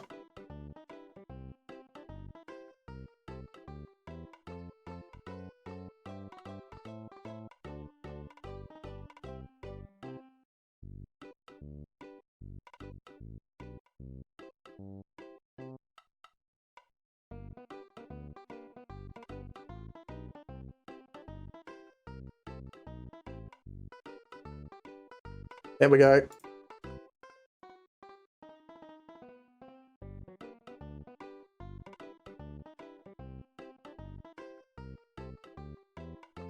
That's a link to all my socials, including the ones that I don't have linked here. So that also has like the TikTok that I started, that we mentioned earlier, that I post stuff to quite irregularly. It has the Instagram, which for some reason I opened, and I've just put all the emotes up there in higher res so that people can see them.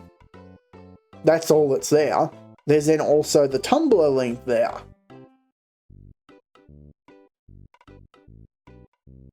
So you can see why I've got all those things in that socials bar. Also, yes, I made all the damn icons for that by myself, from scratch. I'm stupid like that and refuse to use the actual logos, so I made my own. I am a nut job for a reason.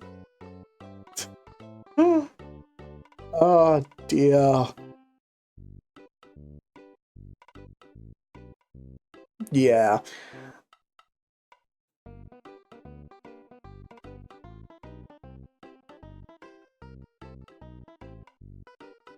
I don't really know what else to add. It's like, yeah, I tend to like just duck in on all my different social areas every now and again just to like check on them, but like the main ones are, well, I can't really call Twitch a main one, even though it's my main platform. There is like no social engagement on it, so my main one's typically Discord, Twitter, YouTube.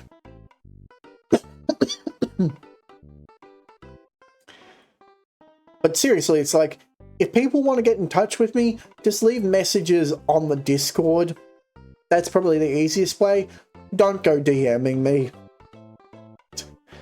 Unless it's like something private information wise that you cannot talk to directly about, like, don't DM me.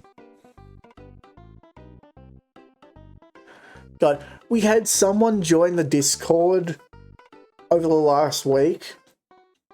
And it's like, I didn't see it till like hours after they done it. And I'm like, I don't know, is it rude to wave to someone? And then I realized they've gone and DM'd me a wave. And I'm like, what? I think they also sent like a friend link and then they've left the Discord. So, you know, it doesn't matter. I have no issue with people joining the Discord or anything, but just, like, don't expect personal interactions from me. I know I am a small creator and everything, and that I don't have a big audience or anything, so I can notice the individuals in my chat and everything and say hey and everything, but it's like, you know, I'm not good with one-on-one socializing. I actively avoided it in my real life. So it's like, if I don't talk to people one-on-one, it's usually because I find that awkward. Heck, I find socializing in group situations, like small hangouts, awkward. I'm an introvert by nature. Like, if I'm not required to be the social person in the group and just play off the other people around me, I'm usually okay. And like, I can be social when I want to, but when people try to engage with me, it's like, oh God, what do I say? What do I do? No, no, no! So yeah. If I don't respond to DMs, it's usually because I am in panic mode and I don't know what to say. And yeah, I'm not too good with personal DMs. It's sad but true, and it's the nature of who I am. Not that I really talk to people in DMs all that much.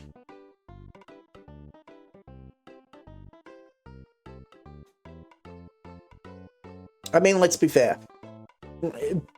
Most of us, we either like chat here through streams, or some of us talk through Discord. And I'm in most people's Discords that would be interacting with me anyway outside of that, so it's like, I keep a pulse on what's going on. But yeah, it's like, with few exceptions, I don't really like personal DMs. And to be fair, it's like getting DM'd from strangers, it's like, why? Oh God, Twitter is terrible with that. Like, I've had so many, I don't have them anymore, but like so many just random people DM me and it's like, hi, hey, hello. What? Why? Like, it's clear that you're not actually there to start a conversation like that. You want something from me. Just be upfront about it and go, hey, I'm an artist. I was wondering if you needed someone to do art for you. Or, you know, just take the 2 seconds to actually look at my content and look beyond just the fact that I have the word VTuber. Ugh. I don't know. The cold calling shit, like, irritates me to no end. And I understand the game. Like, you're trying to get clients, so you have to go out of your way to find people, but it's like, unless someone is going, oh, I need to commission someone, or I'm looking for commissions, don't cold call people. Particularly small creators. Like, most of the time, small creators don't have the money to do that sort of stuff.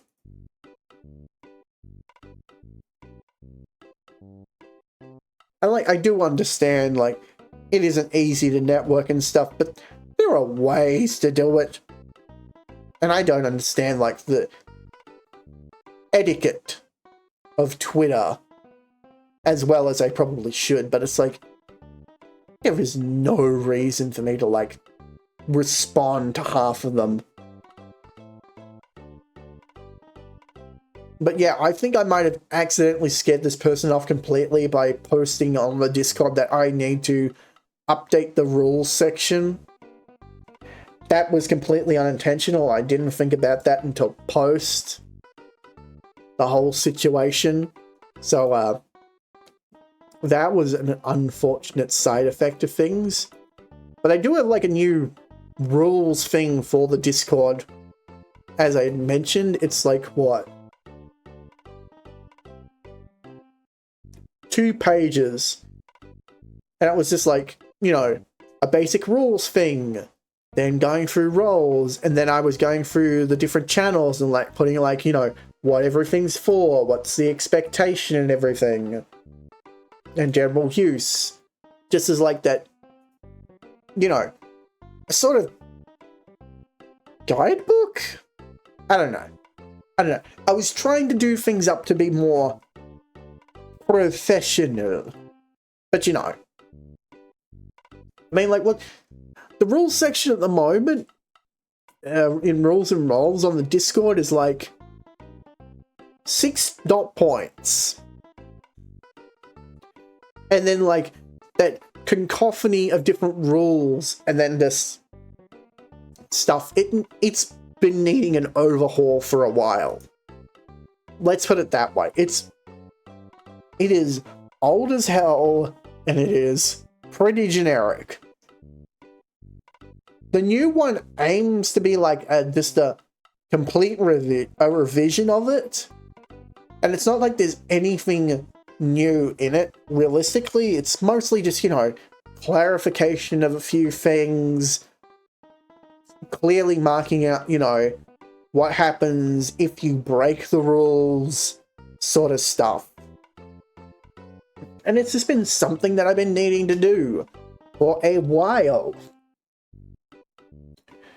So yeah, that kind of happened, and I just wanted to put it out there that I'm like, I don't have restrictions on DMs, and that's mostly because, well, I needed to do DMs through Discord with someone which we had no, like, links or anything, and then, yeah.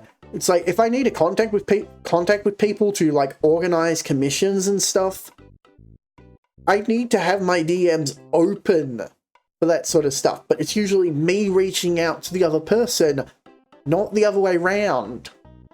So I have to deal with other shit. Which is not my intention. And I am now suffering the consequences of my actions. I don't think there's like any good way of dealing with it, because it's just like, you know, there's an element of parasocialism with it. It's like, if you interact with a person one-on-one in a non-professional setting or without a pre-established reason for talking with them, and it's like, you know, you'd be buddy-buddy and friends with them, it's like, you're setting a preset there that you are going to be that buddy-buddy person with them. And I am completely concerned about doing that. It's like, unless there is either a pre-established professional or personal relationship that has been built up,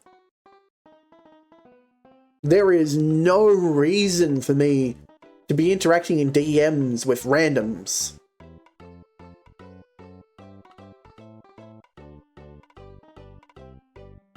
I mean, okay, that sounds a bit weird and not how I intended.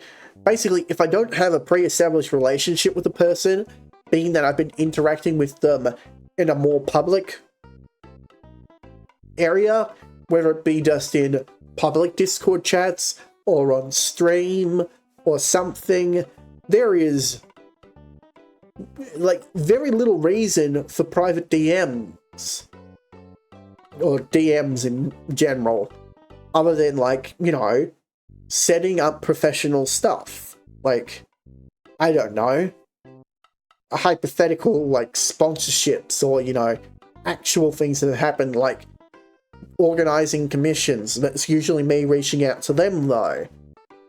So it's like, I don't see the reason that people need to DM me. And honestly, most of the time people don't even... I don't know.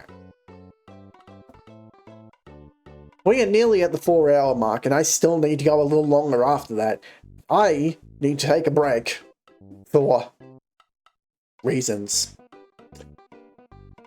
Yeah, so I will run the ad early and be back in a couple of minutes. Sorry. Yeah.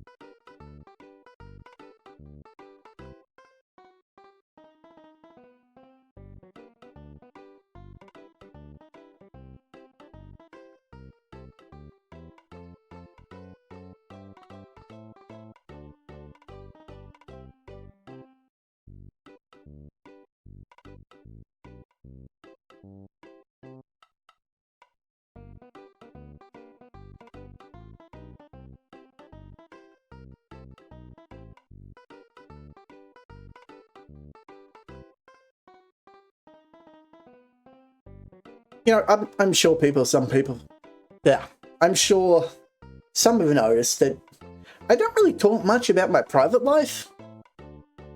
And the sad thing is that I don't really have much of a private life, so I can't really talk about it, can I? And I know, like, a lot of streamers do talk about, like, things that happen in their life, like, you know, oh, I went and did this, or this event happened, and, like, look, I'm gonna be honest, I do watch a lot of other, like, VTuber clips and things, so... yeah, I kind of have, like, I don't really call it, like, an ear to the ground or anything, more like... I look at other content creators just to see what they do and think about it in terms of like, you know, how would I approach those situations? And like, let's be there. I don't have a private life. I don't really do anything outside of streaming other than working on stream stuff, working on videos, doing research, or basic relaxation, which usually just amounts to watching crap or playing games that I wouldn't necessarily play on stream, which isn't much. Honestly, most of my gameplay nowadays is on stream, and it's not that I don't enjoy that, but I don't know. I guess it's more like I'm just focus. But yeah, like other than that, it's like, you know, I occasionally hang out with family or Helly, and that's about it. I did mention I'm an introvert. I don't have much of a social circle. No, scratch that. I don't have a social circle at all. Like, this was sad. Updating resume stuff, and it's like, oh, do you have like any friends that could... No. Wait, what? No. I have no friends. Period. Oh, I know like that sounds sadder than it actually is, but basically the point that I want to go back to there is I don't have an IRL friend group. I don't have people that I hang out with, or I barely kept in touch with anyone from my high school days. I mean, why? I barely hung out with any of them. I was just the wallflower, as I said, so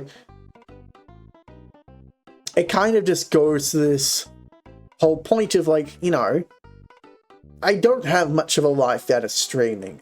It's not that I'm not an interesting person per se, but rather I don't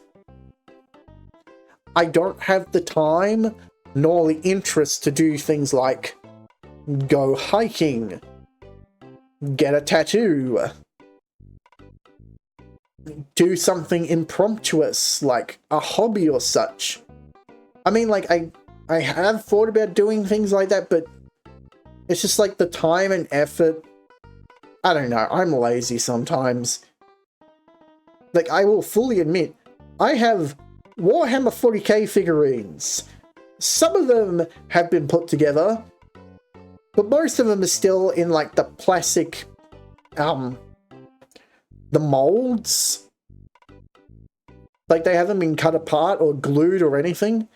And none of them have been painted, and I have done nothing with them. But I have them.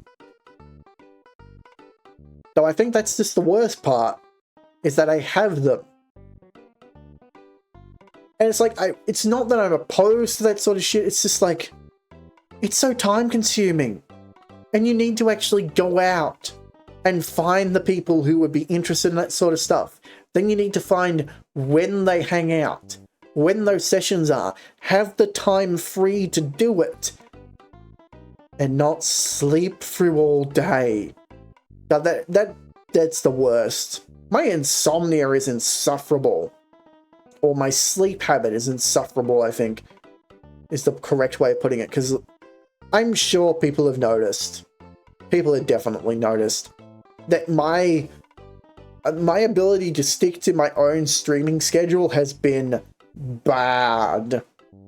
Very bad. Atrocious. And look, I don't really have anything to say for myself in terms of defense for it. It's just, sometimes I can't sleep, and so I lay awake at night, and it is insufferable. And then sometimes it's like, oh, I'll pass out and sleep at a reasonable time, and then wake up halfway through the friggin' day. I don't understand. I mean, it doesn't help that I, like, roll over sometimes or find, like, the coziest spot in the bed. And just like, I don't want to move. I'm comfy. I swear I'm a cat sometimes in that respect. That made no sense. But it does at the same time. So yeah, I'm completely unsure on that blah blah blah blah blah blah blah. I'm just kind of unsure on like what to do in that regard, because I could... God, why does it feel like my ears need to pop? I don't know.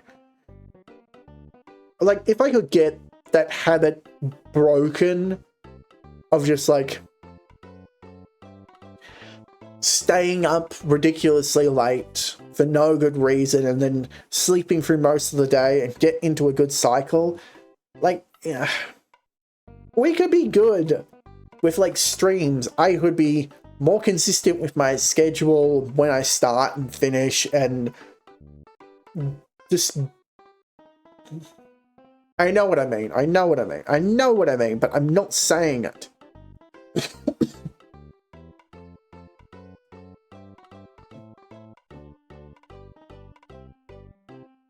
Like, I could be more consistent and I could schedule streams. So like, you know, I'm going to stream on this day and I will be on time to start stream, and we can go for like the 6 to 8 hours that I intend to, and just have a great time. Get through the stream, do content, have the games finish up in a reasonable time instead of taking forever. Like the hours on hours that some of them have, and the months that it's taken to get through some games just because it takes so damn long. And like, it is really annoying for me that it's like, you know, I started a game weeks ago, a month or so ago, and I've only done a couple of streams of it. I would love to be more consistent. And honestly, I would aim to be more consistent in the future.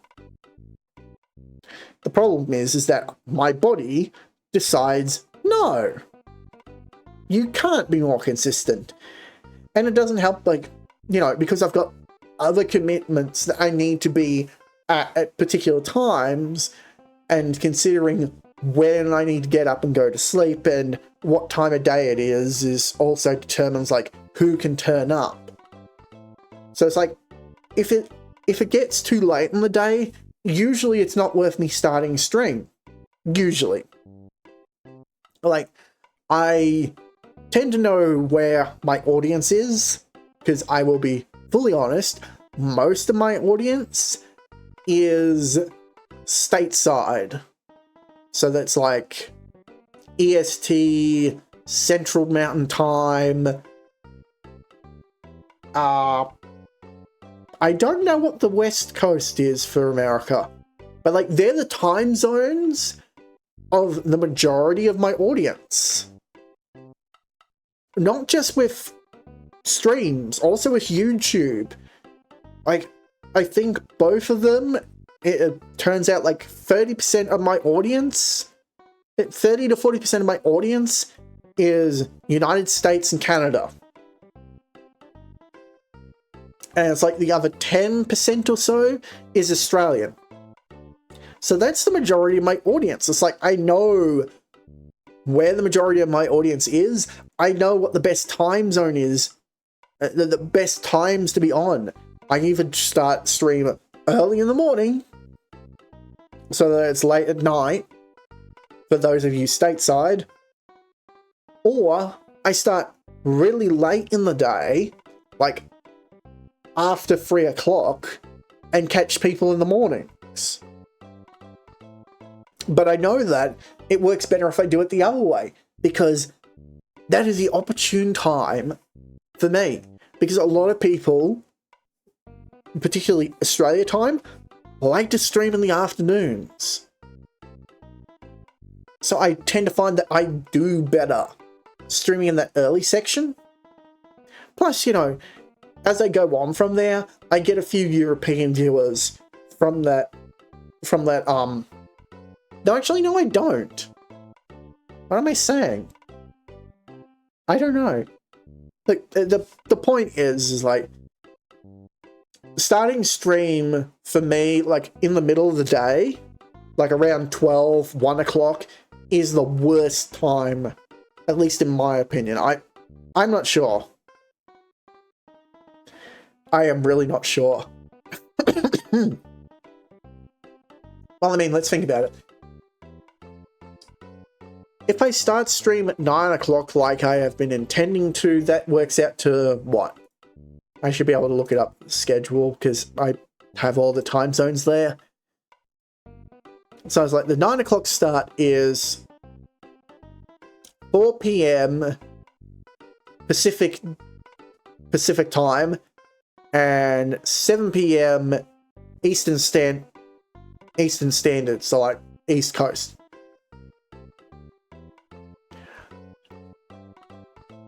Starting earlier than that won't necessarily do me much better. Like, I could start an hour or so earlier. But most people, like, that's pretty prime time. But if you flip that around and I start at like 4 p.m, and then I'm going to be getting people in the morning, like, like 8 to 10? Or something? I don't know. I'm trying to do the live conversions in my head. Yeah. Yeah, I'm, like, for most of my audience, I'm somewhere to, like, 13, 15 hours ahead. So, yeah, if I'm 13 hours ahead of Central Mountain Time, then I'm about 15 to 16, depending on daylight savings, ahead of Pacific Standard Time. Because, of course, Southern Hemisphere means that I am on the opposite daylight savings time. So when we move an hour back, everyone in the Northern Hemisphere moves an hour forward, and vice versa.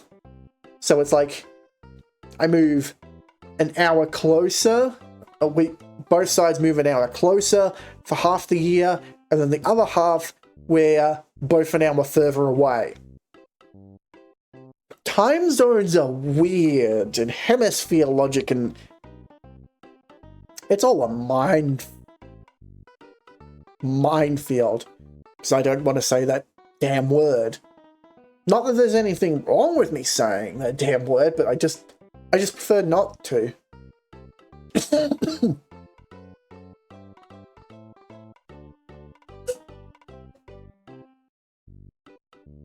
God, I've been yabbering on for ages. And we've also passed the 4-hour mark, and nothing is broken. Which is good. And I've been watching the GPU stuff.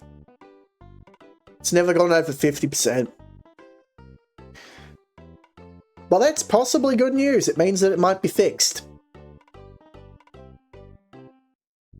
Which means I'm going to need to schedule streams for next week. Actual proper streams again. Fuck. So yeah, that will probably mean that I will schedule in another Final Fantasy IX stream, and if it goes to hell, I'm not going to be happy. Not in the slightest. But we will keep going for a bit longer because I want to be safe. So we'll probably go at least another 15 minutes, I think. And then we'll finish up. And we might raid off into someone if there's anyone on that's worth me raiding. Worth me raiding, I say. If there's anyone small enough that I'm comfortable raiding after doing this a long-ass chatting stream that realistically went nowhere. I mean, like, I said a lot of stuff and kind of gave a bunch of updates and just went round in circles on different topics, but, you know, no, nobody knows. Nobody knows what's going through your mind, not even you, so don't even try to explain it. Oh, God.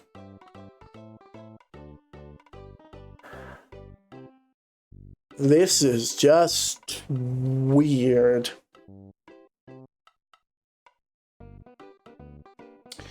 So, yeah.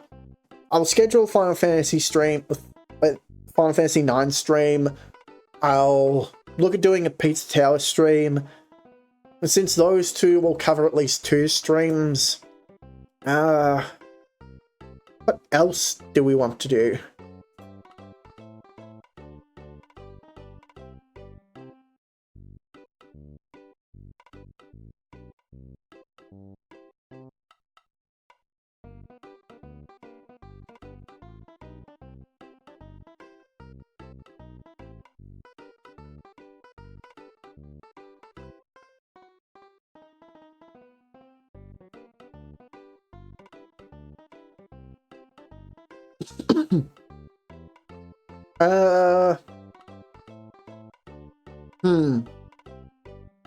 I'm just looking at the games, and it's like, I could either schedule in a Pokemon Violet or Splatoon 2, and considering what's popular at the moment, I might do Splatoon 2.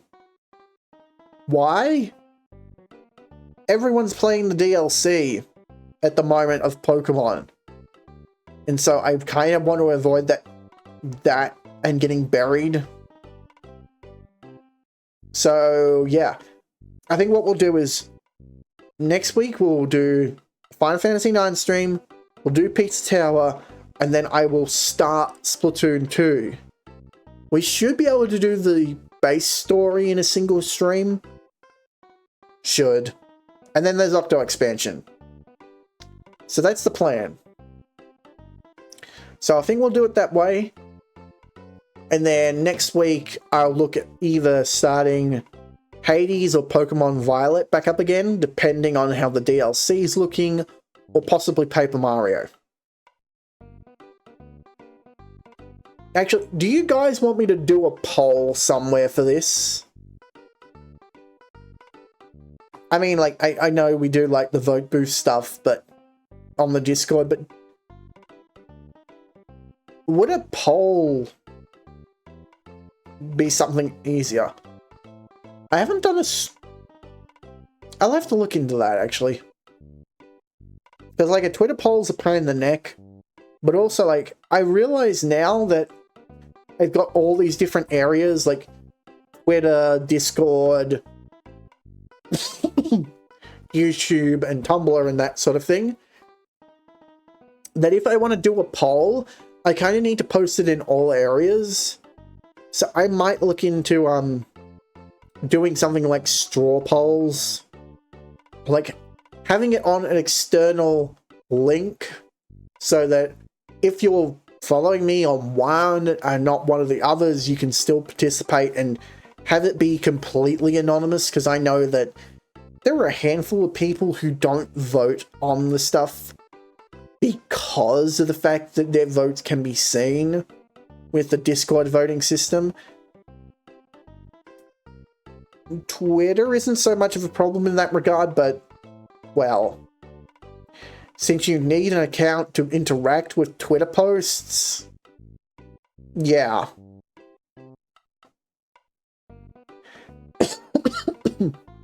Yeah. I will look into a solution for that. Just so there's, like, universal voting. That's really all I can do for that. We still haven't broke yet. Got another 10 minutes at least, and then we'll see how things go.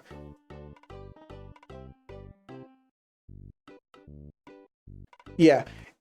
If everything goes well, we should be able to finish up Final Fantasy 9 next stream. Big if. Then we've got the Pizza Tower, which realistically should be only one stream. Should. Which then just leaves Splatoon 2, Paper Mario, and then back to Pokemon Violet. So yeah, I think that's going to be the plan of how we go through the games. So I will edit that again since we now know what's next on the docket.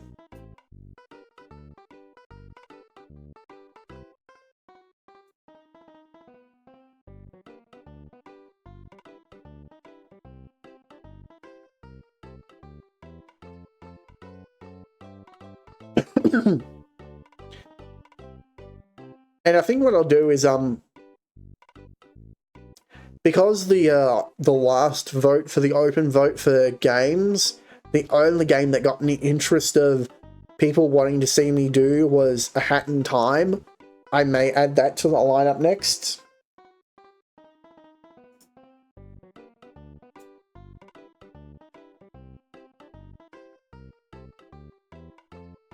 And then we'll see from there. It's like, I don't know about how we do the voting stuff for games, because like, there are games that I want to do, and they'd probably only take a handful of streams to do, but because I've been so inconsistent, it's been kind of a pain. I don't know. There's a lot of stuff like I want to do. And it wouldn't be so much of a problem with having people like, oh, which game do we want to do next? If I wasn't like taking so long to get through so many of them. I mean, at least I know like what kind of games people know they want to watch. But it's those ones that you don't know. It's like, this could be an interesting game, but nobody seems to take interest in it. Like, I feel like because Off is a bit of a weird game, and it's a niche indie title from a few years back now, that not many people would ask, you know, play Off. But it's something that I want to play because it takes inspiration from Earthbound. Because it's kind of one of those, like, there was a series of indie RPG Maker and Game Maker RPGs that came out all in like the early 2000s that were all partly inspired by Earthbound some way, as well as like a bunch of the horror ones that came out. And Off kind of belongs to that group, though it's one of the earlier ones. And it's a weird and quirky game that I would like to play through just because I want to experience it for myself. I have experienced part of it through osmosis, but yeah. That's why it was on the list of games to go through. I honestly think I really do want to try like a bunch of like older games. Heck, I posted it a long time ago on Twitter. I still have fucking Quest 64. I've got the physical cart in my hand right now. I mean, it is called Holy Magic Century because the PAL had to rename it. That was fun trying to find the cart. But it's like, yeah, I want to play through that game despite how notoriously how awkward and weird it is, but it is an interesting little game in the history of RPGs, and it tried to do things differently. I'll just put that back down. So it's like, yeah. I think what we'll do is, instead of Buck Bumble, we'll do that as the sub-goal. I mean, regardless, Buck Bumble's kind of just a game that I knew. It's kind of a meme, but I can't play it. Not the way things are. But I should be able to play Quest 64. So yeah, that's kind of my thoughts on terms of playing what games we're going to play next week and the week after. Ugh. So I think what I'll aim to do is do at least 2 to 3 streams a week. And we'll see how we go. If I didn't have to like worry about work and pay, I'd probably be like going like ham, like let's do 4 every week. And I could probably manage that.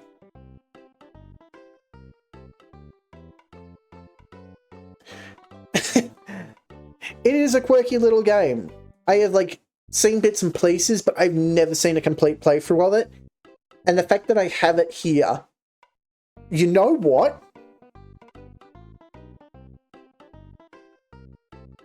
Let me see if it actually works. I can try booting it up now as a little bit of a teaser.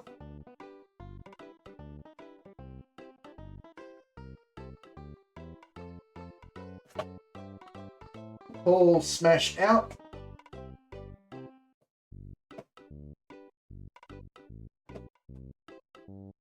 In it goes.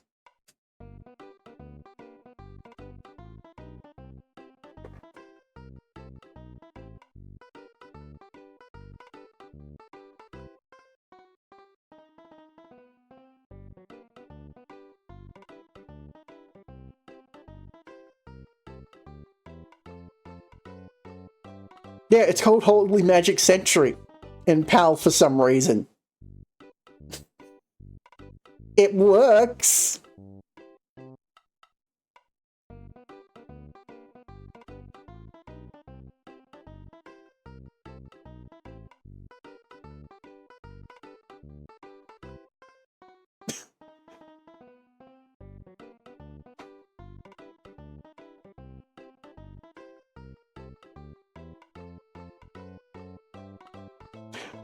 Yeah, I put it up. God, how long did I tweet that ago, actually? Now I'm curious. Hang on. Would be easier if I scrolled through media. Because that was a while ago.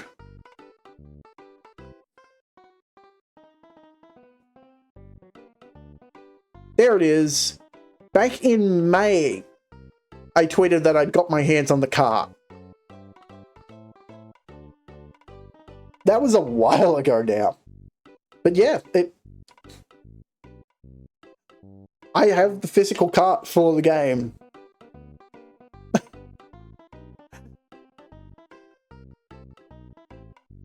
So we will look at doing that probably, depending on how things go, it'll either be next week we will start that. No, not next week. The week after this week coming. So, not the next schedule, but the schedule after, I will possibly look at starting this game. Or the week after that. We will see. But yeah, Quest 64 is definitely something that we can do.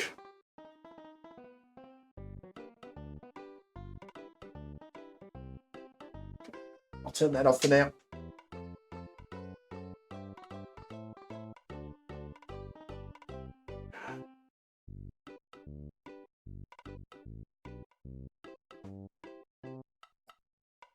I enjoy my dumb little things.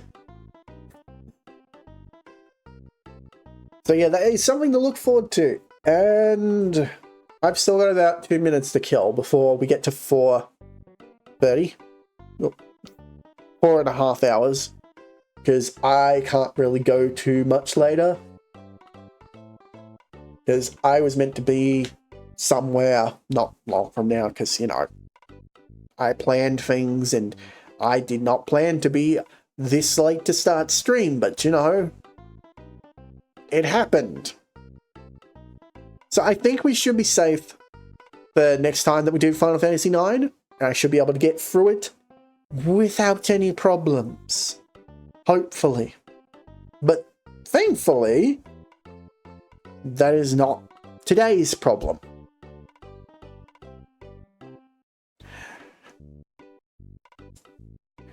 I think the main takeaway is I know that I can stream and record again.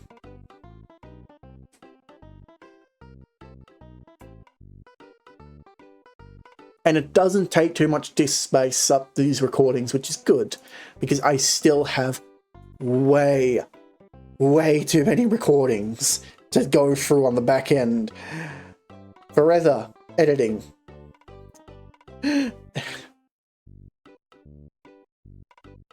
I do hope that anyone that is like ducked into this diatribe and has like seen me like flicking through things and stuff and just talking nonsense for a while does actually like enjoy the highlights that I've been making on YouTube, because I honestly am like putting the effort in to do something at least half decent with that, but you know, you can't really like trust YouTube analytics stuff when you don't know like whether it's reaching the right audience or not, because I swear by what YouTube tells me and what I've seen on Social Blade, I'm not categorized at all properly, so I don't know. I don't know. I definitely think like if I did do like ramble-ons or like diatribes on video game design, that might help, but you know, no guarantees there. Okay. We have hit the required mark for today's like horrid goal of trying to get through everything, so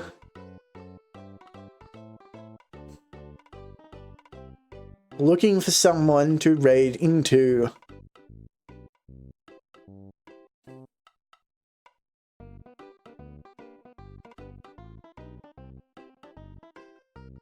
So let's see.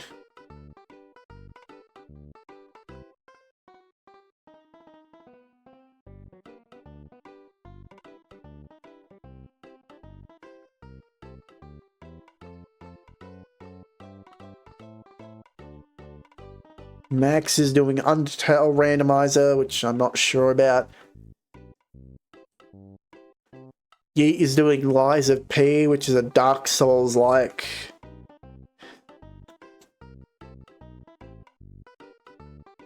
And Desu is doing a BK Rando co-op, which I think we might raid Desu. He's been live for a little while now, so I'll just check.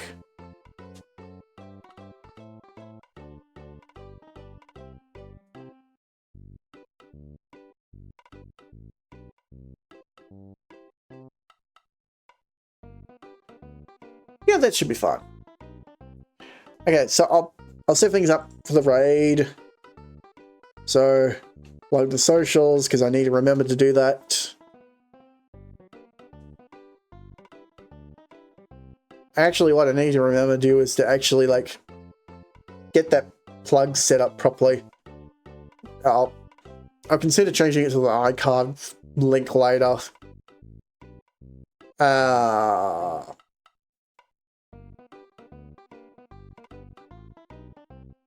Raid.